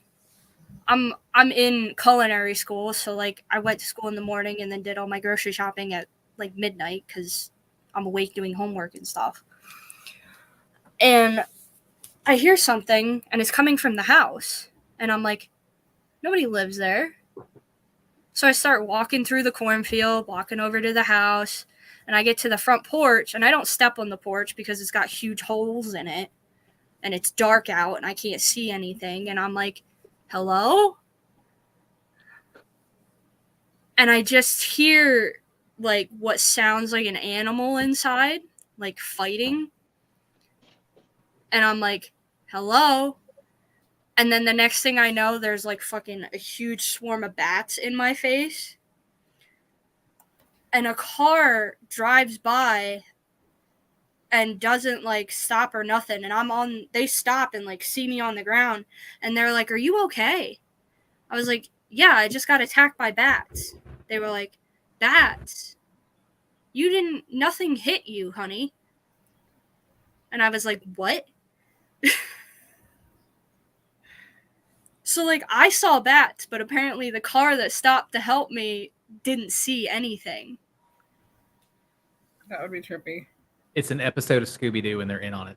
That's No, what happened there. Yeah, that's what it is. Absolutely. That, Damn oh that my Scooby-Doo. God. It's so weird, like with stuff like that with the snakes. Like I wonder if anybody else could see the snakes, or if it was just me. Because there's a theory with how spirits are able to manifest, that they're not physically there, they're not actually in the environment, and you're not physically seeing them. What they're able to do is interact with you and interact with your perception. Basically, the part of your brain that processes that information and they superimpose themselves over like a filter. So when you see a ghost, and that accounts for like why some people see them and why they don't, when they're trying to communicate with you, when you hear the voice, very rarely do you hear it with your ears, you hear it in your head. I've heard a lot of mediums talk about when they do see spirits, they don't actually see it with their eyes, they see it with their third eye or their mind. And I think looking back on like apparitions that I've seen, I wonder if they were physically there or if it was superimposed over my field of vision by them like interacting with me mentally.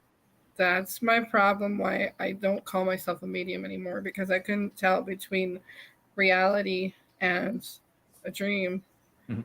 or a vision, and I still have a hard time with it. And so that's why I still consider myself as a learning empath, because there's so many new things that come about every year, and I hate labels. I really do. Because we have them for a reason, but we all are learning as we grow. And just because you're an adult does not mean that you're not learning new things. And that's one of the reasons, like the ritual that I do before the thing that I do before I go into to ghost hunt is that visualization. Yes, just visualizing the door opening in my head just a crack, so that I don't get my shit rocked, and I don't get like an attachment. But I'm mentally and emotionally preparing myself to be open for an experience, and that helps. Like I've had a lot more pleasant experiences since doing that.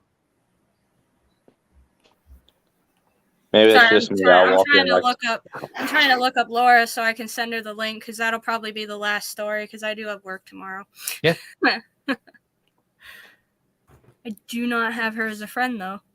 You responsible adults. Yeah, Sorry about my dog in the background, by the way. gotta be okay. responsible. That's my like I'm a personal trainer, but like my goal is to get to a place where I can write full time. Like people doing like regular like Stephen King gets up now, he runs a 10-12 hour day. Stephen King is like busy. Yeah, he's busy as fuck. hardcore. But he writes 4 hours a day. Like all those books that pop out, they pop out from 4 hours a day. 600 words at least. I mean, 6 pages at least in 4 days, in 4 hours. He's intense. He really is. Crazy. Like I'll get in the zone and I'll hit that every once in a while. Yeah. It's not often. Like going through revision is stupid slow for me. I don't want to talk about it. Because I'll go through it like 3 or 4 times, then I have my girlfriend go through it. She's like, "This doesn't make any sense." Man, it is Of course it doesn't. Such a huge help to have other people go through your work. Like I'm very lucky. Like doing the podcast, I've gotten to meet some incredible authors. Joining the Horror Writers Association to get other authors to like look at my stuff and beta read things for me has been just as a student of literature and a student of writing has been just super helpful. And then getting an editor, making sure you put the money aside a year so that you can hire like a really good editor to do a developmental edit and a line, at least a developmental edit and a line edit, and then have somebody proofread. Yeah, I got really lucky and got hooked up with a real good editor. So I'll send it to him and just wait to get cussed out. I just sent you the link in your like Facebook Messenger if you check it. Well, guys, I gotta take off. My eyes are starting to do that wobbly thing where I That's can't. fine. Okay. Exactly. I'm gonna end it soon. If Laura joins, she's gonna be the last story, and then I'm gonna have to end it because I gotta go to bed.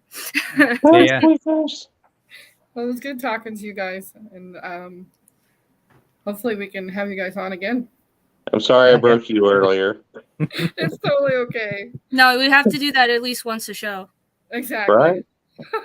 It's not a show without breaking squeakers. So I had to come on every show just to break squeakers. Yeah. Yep. Exactly. We'll see you, Squeaks. All right. Bye, Yep. dear. Bye, guys. Bye. Bye.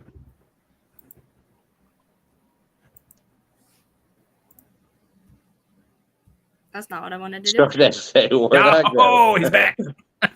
You're leaving. Shit, she got rid of me too. Nope, no anymore. I'm gonna cancel you like I cancel Matt. She's had enough. No. Oh God, paranormal cancel culture. I think they call it the Inquisition. Paranormal cancel culture. Shit.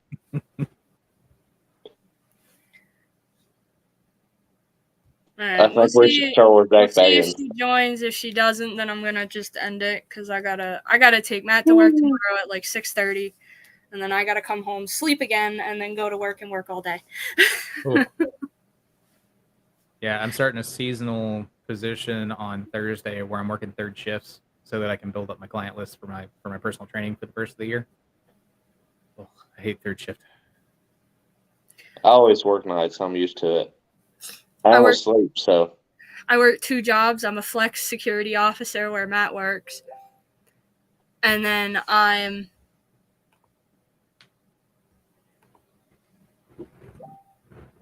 okay. She sent me a photo instead of joining, so I guess she wants us to look at a photo. Yay! Pictionary. more photos. Let's see. Oh my God, that should be a podcast, Paranormal Pictionary, where people send in their paranormal photos and we try to figure out what they're saying is paranormal. There we go. That's a plan. I like that idea. Paranormal Pictionary. What we got? I don't know what exactly I'm looking at, but it looks like a front porch. Like I said, Paranormal Pictionary. It's kind of small for me. What she said.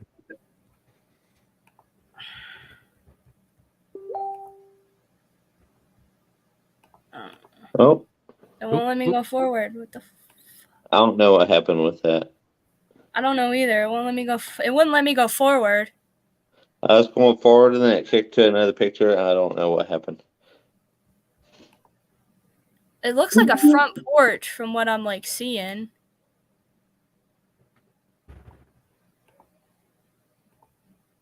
Why is it doing that?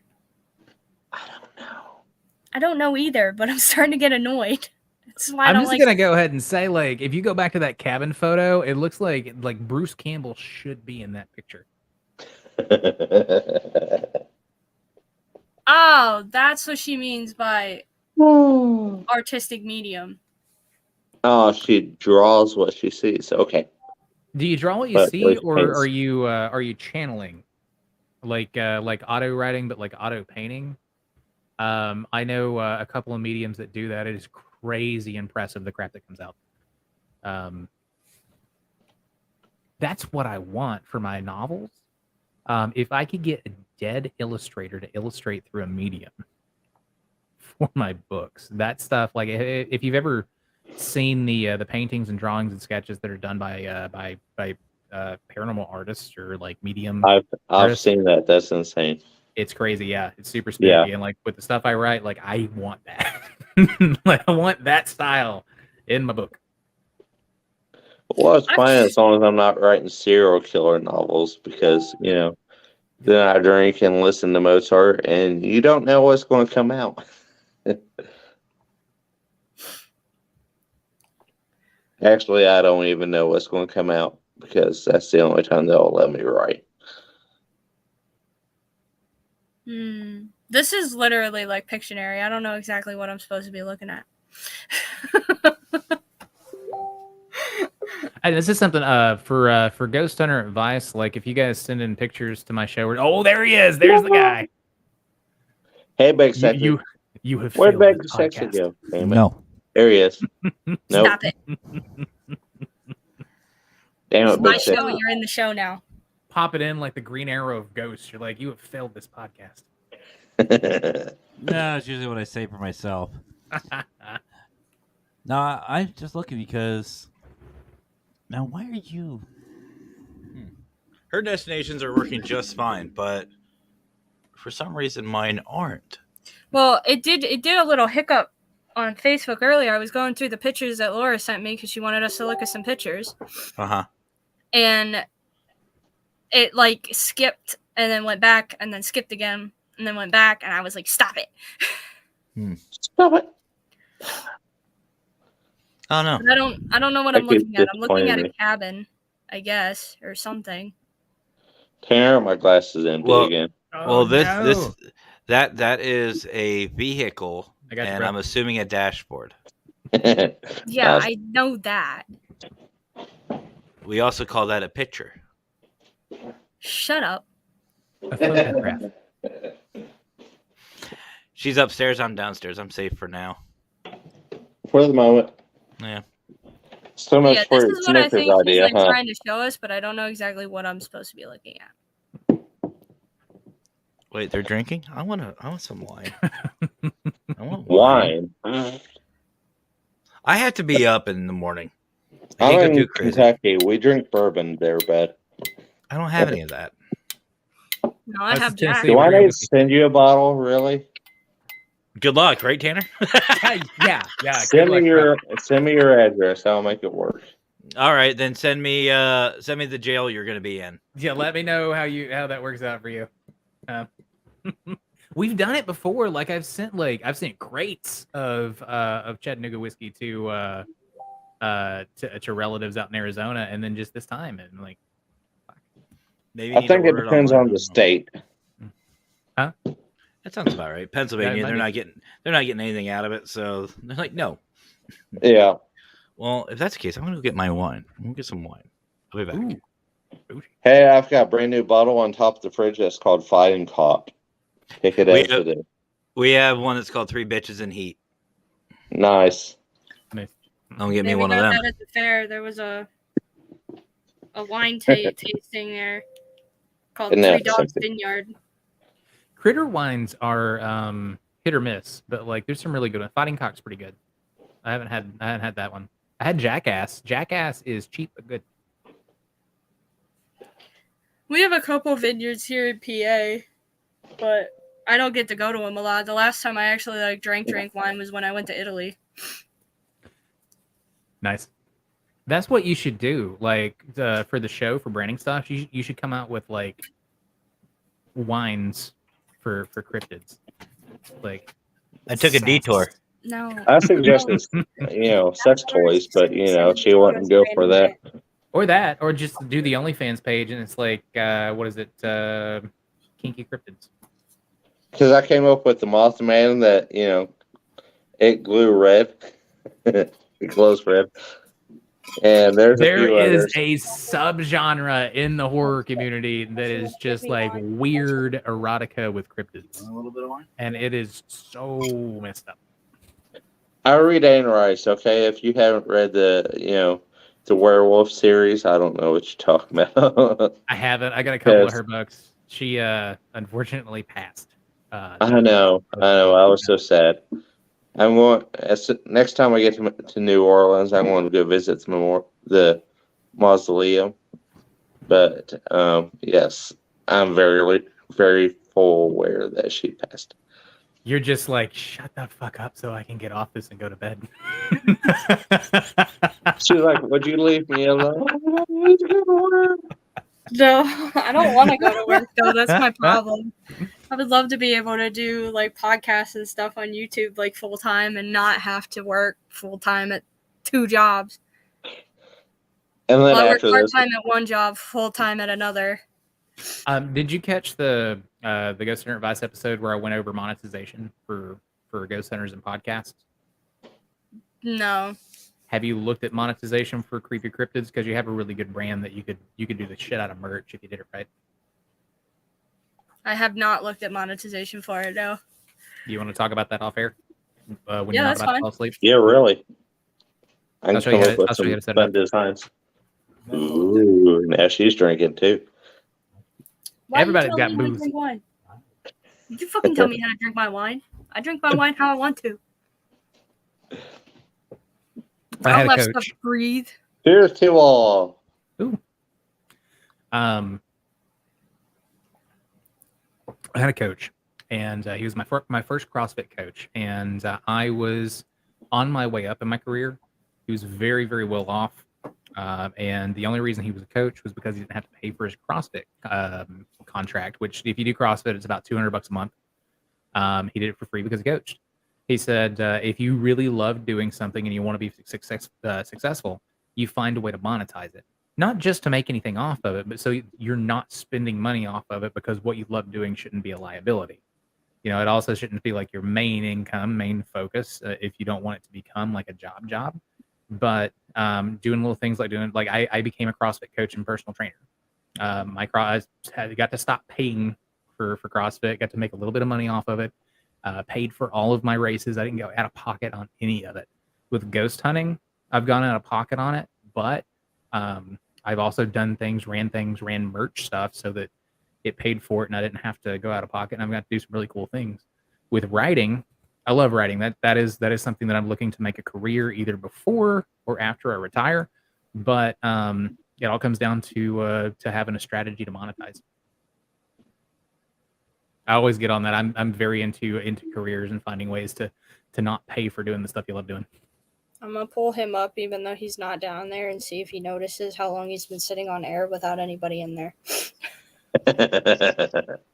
He does this I to like me it. all the time. If I'm like upstairs and he's in the studio doing one of his shows and he wants me to join, I'll join and I'll be like in the bathroom or like dealing with one of the cats In the yelling, bathroom. and he'll bring me up on the screen and I'll come back and I'll be like, how long was I on the screen? He's like, oh, about 20 minutes. The entire time you were shitting. What's the logo's name? Your mascot? Mine? I don't really have one. His. Oh, his is just a ghost, I guess. He just picked Gotcha. it. For right, this is Paul. And then for Ghost Hunter Advice, actually, I'm up there in the top. My little guy in that little orange emblem on Matt's page. That's Spooky. Spooky. And like that's my merch. Like the backs of the book. So like Writing Fried is a media company. So it's the podcast and it's my publishing. Whenever I publish, I'm not technically like self-publishing. I'm indie publishing because I've put together an editing team and people to do like content creation for Writing Fright Press under Writing Fright Media. And same thing with the podcast. I've got GHA Media, Ghost Hunter Advice Media. Nice. Which all the little offshoots and everything that I do in paranormal is under that. And I've got to set up the LLC so everything's in there.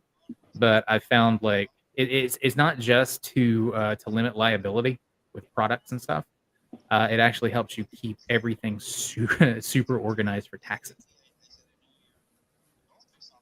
Talking about taxes on a cryptid show. Yay! Taxes on cryptids. It is what it is. Let's talk about America's most wanted or most unwanted cryptid, the IRS.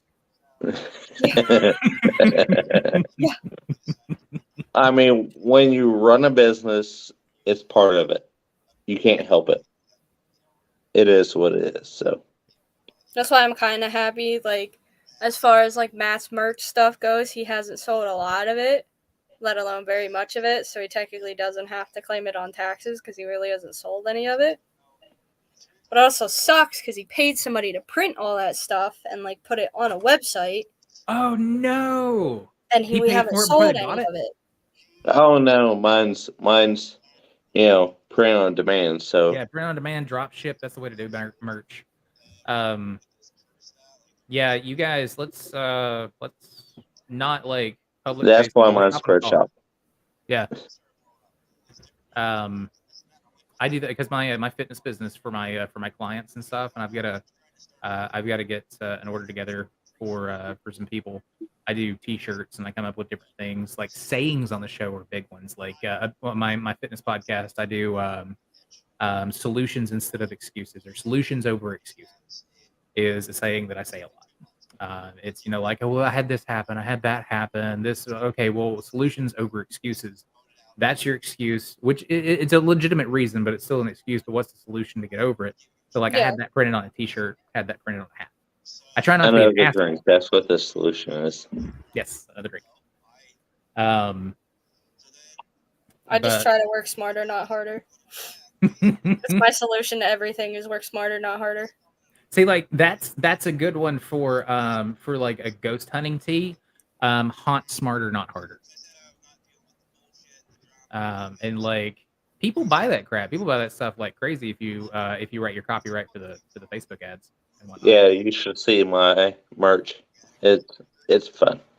I wanted to get. I changed my intro. It used to be something really dumb that I just came up with, and I changed it now because I've been listening to a song.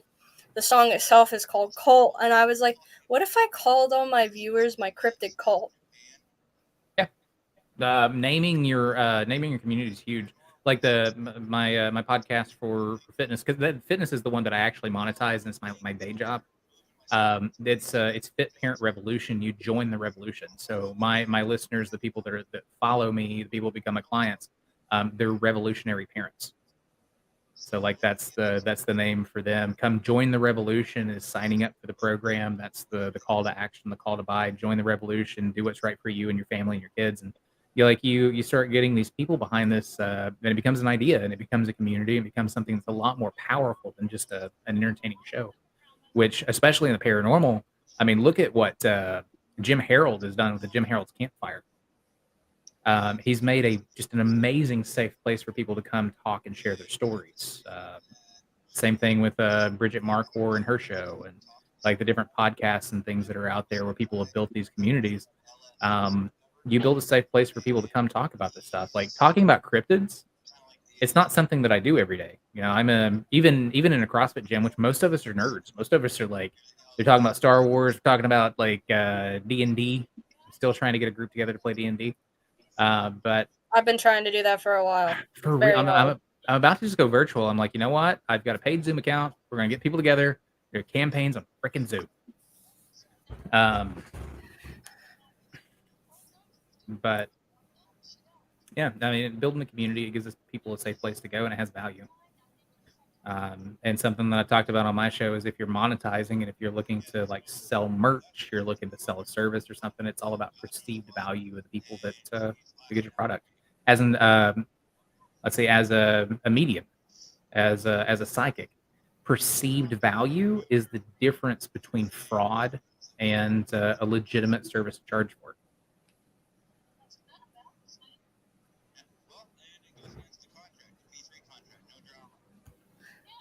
Discord and roll up for D&D. Thank you. See, that's what I want to do. I want to get a Discord chat of people that want to play D&D, so that way I can actually play. The only Discord I've got going is the one for Writing Fright. I was going to do a lot of author stuff, and I was thinking about because I'm a coach professionally, and I'm also a writer, so I thought about being a writer for coaches, and a coach for writers, and so I got a Discord service or server going for that. It's really cool. Like Discord is.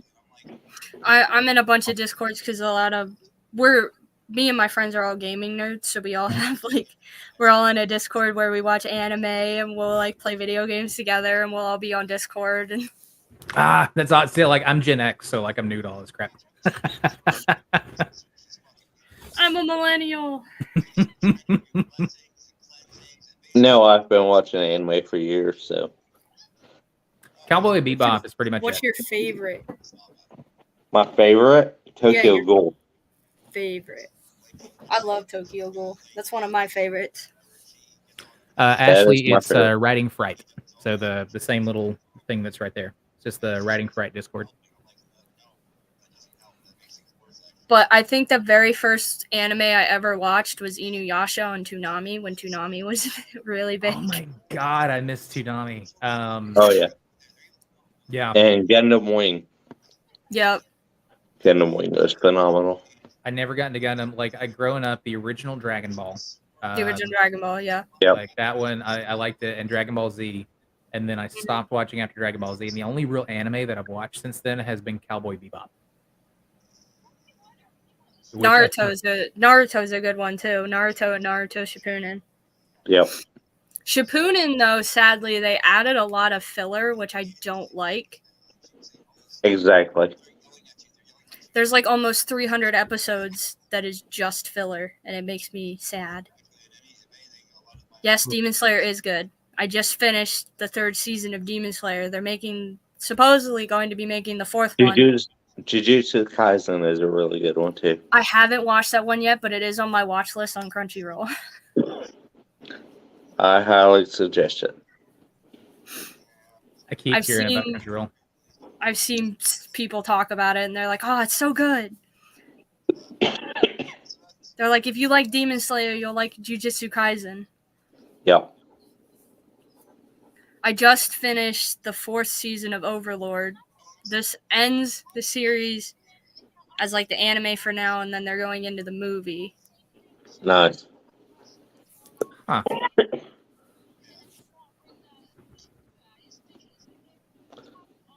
See, I'm iffy about Netflix animes. I've watched like a couple like that Netflix made, and I just don't like them.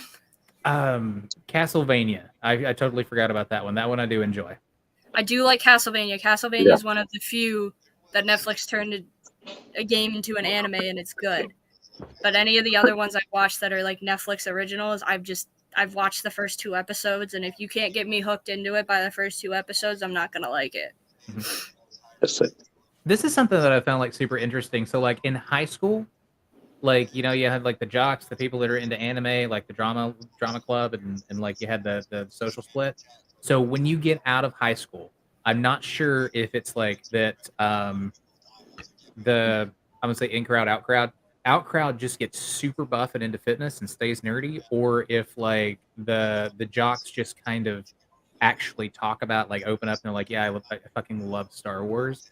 But like when I'm in the gym, it's just like we're deadlifting, we're going like super heavy with weight, and we're arguing over plot lines for Baby Yoda and Grogu. And talking about like weird animes that people are watching. Anime goes over my head, but I always thought that was super interesting because in high school, like everybody's super scared to talk about it. Like nobody wants to actually open it. And like as soon as high school was open or over, going into a gym, going into the fitness industry, everybody is just talking about shit that they love. They don't have time for the whole popularity contest stuff. I like it. That's how it is where I work out in the kitchen too. It's like I don't care what you do. Like if we have common interests, I'm probably gonna be friends with you. Yeah, it's pretty cool. Yeah. I'm getting ready. I'm doing a spinoff of the series, doing like a young adult thing, and I'm going back over and getting back into like in that headspace of like what high school was like. And I'm like, oh my god, we were so dumb. Like so many people would have been just amazing friends, and it would have been so much better if people were just themselves. People were stupid. Let's face it. Even when I went to high school, people were stupid. Like I would get picked on by jocks, and then when I got to my senior year, I found out that a couple of the jocks were like talking about anime. And then I gym class with them, and I overheard them, and I was like, "Oh, I just watched Naruto. Did you watch the new episode?" And they were like, "Oh, yeah, it was great." And I was like, "See, if you would have just not bullied me and talked to me about something that we shared a common interest in, we probably could have been friends, and I wouldn't have hated you." Hey, Big Sexy. What was that? 15 and a half minutes? Yeah, something like that. I had a phone call. Emmy called me. Why'd Emmy call you? Talking about some BS. The stuff I was telling you about. There's a lot of BS with you, right? Are we talking about the crap that started over the weekend and, followed into today? That started about 3 o'clock this morning. Yeah. Well, I just got comfortable and laid down. Yeah, that one. Yeah. The stuff that's dealt with. All right. Well, I'm gonna wrap this up, and then we can all talk backstage, so that way everything's That's good. Yeah. Yeah. We're going to be all here for like another 2 hours. You realize that, right? No, I don't. I got another bottle. We're good. The hell we are. One of us has to be up by 6. No. 2, because I have to take you to work. You don't Okay, have me to. and Tanner will be at this for another 2 hours. Probably, yeah. I'll shoot you a link. Sounds good. All right. See you guys in a minute. Thanks, guys. All right. Thanks for listening. So that was fun. So next Monday I don't have a plan, but I will come up with one. I have a whole week. But I hope you guys stay creepy. Bye.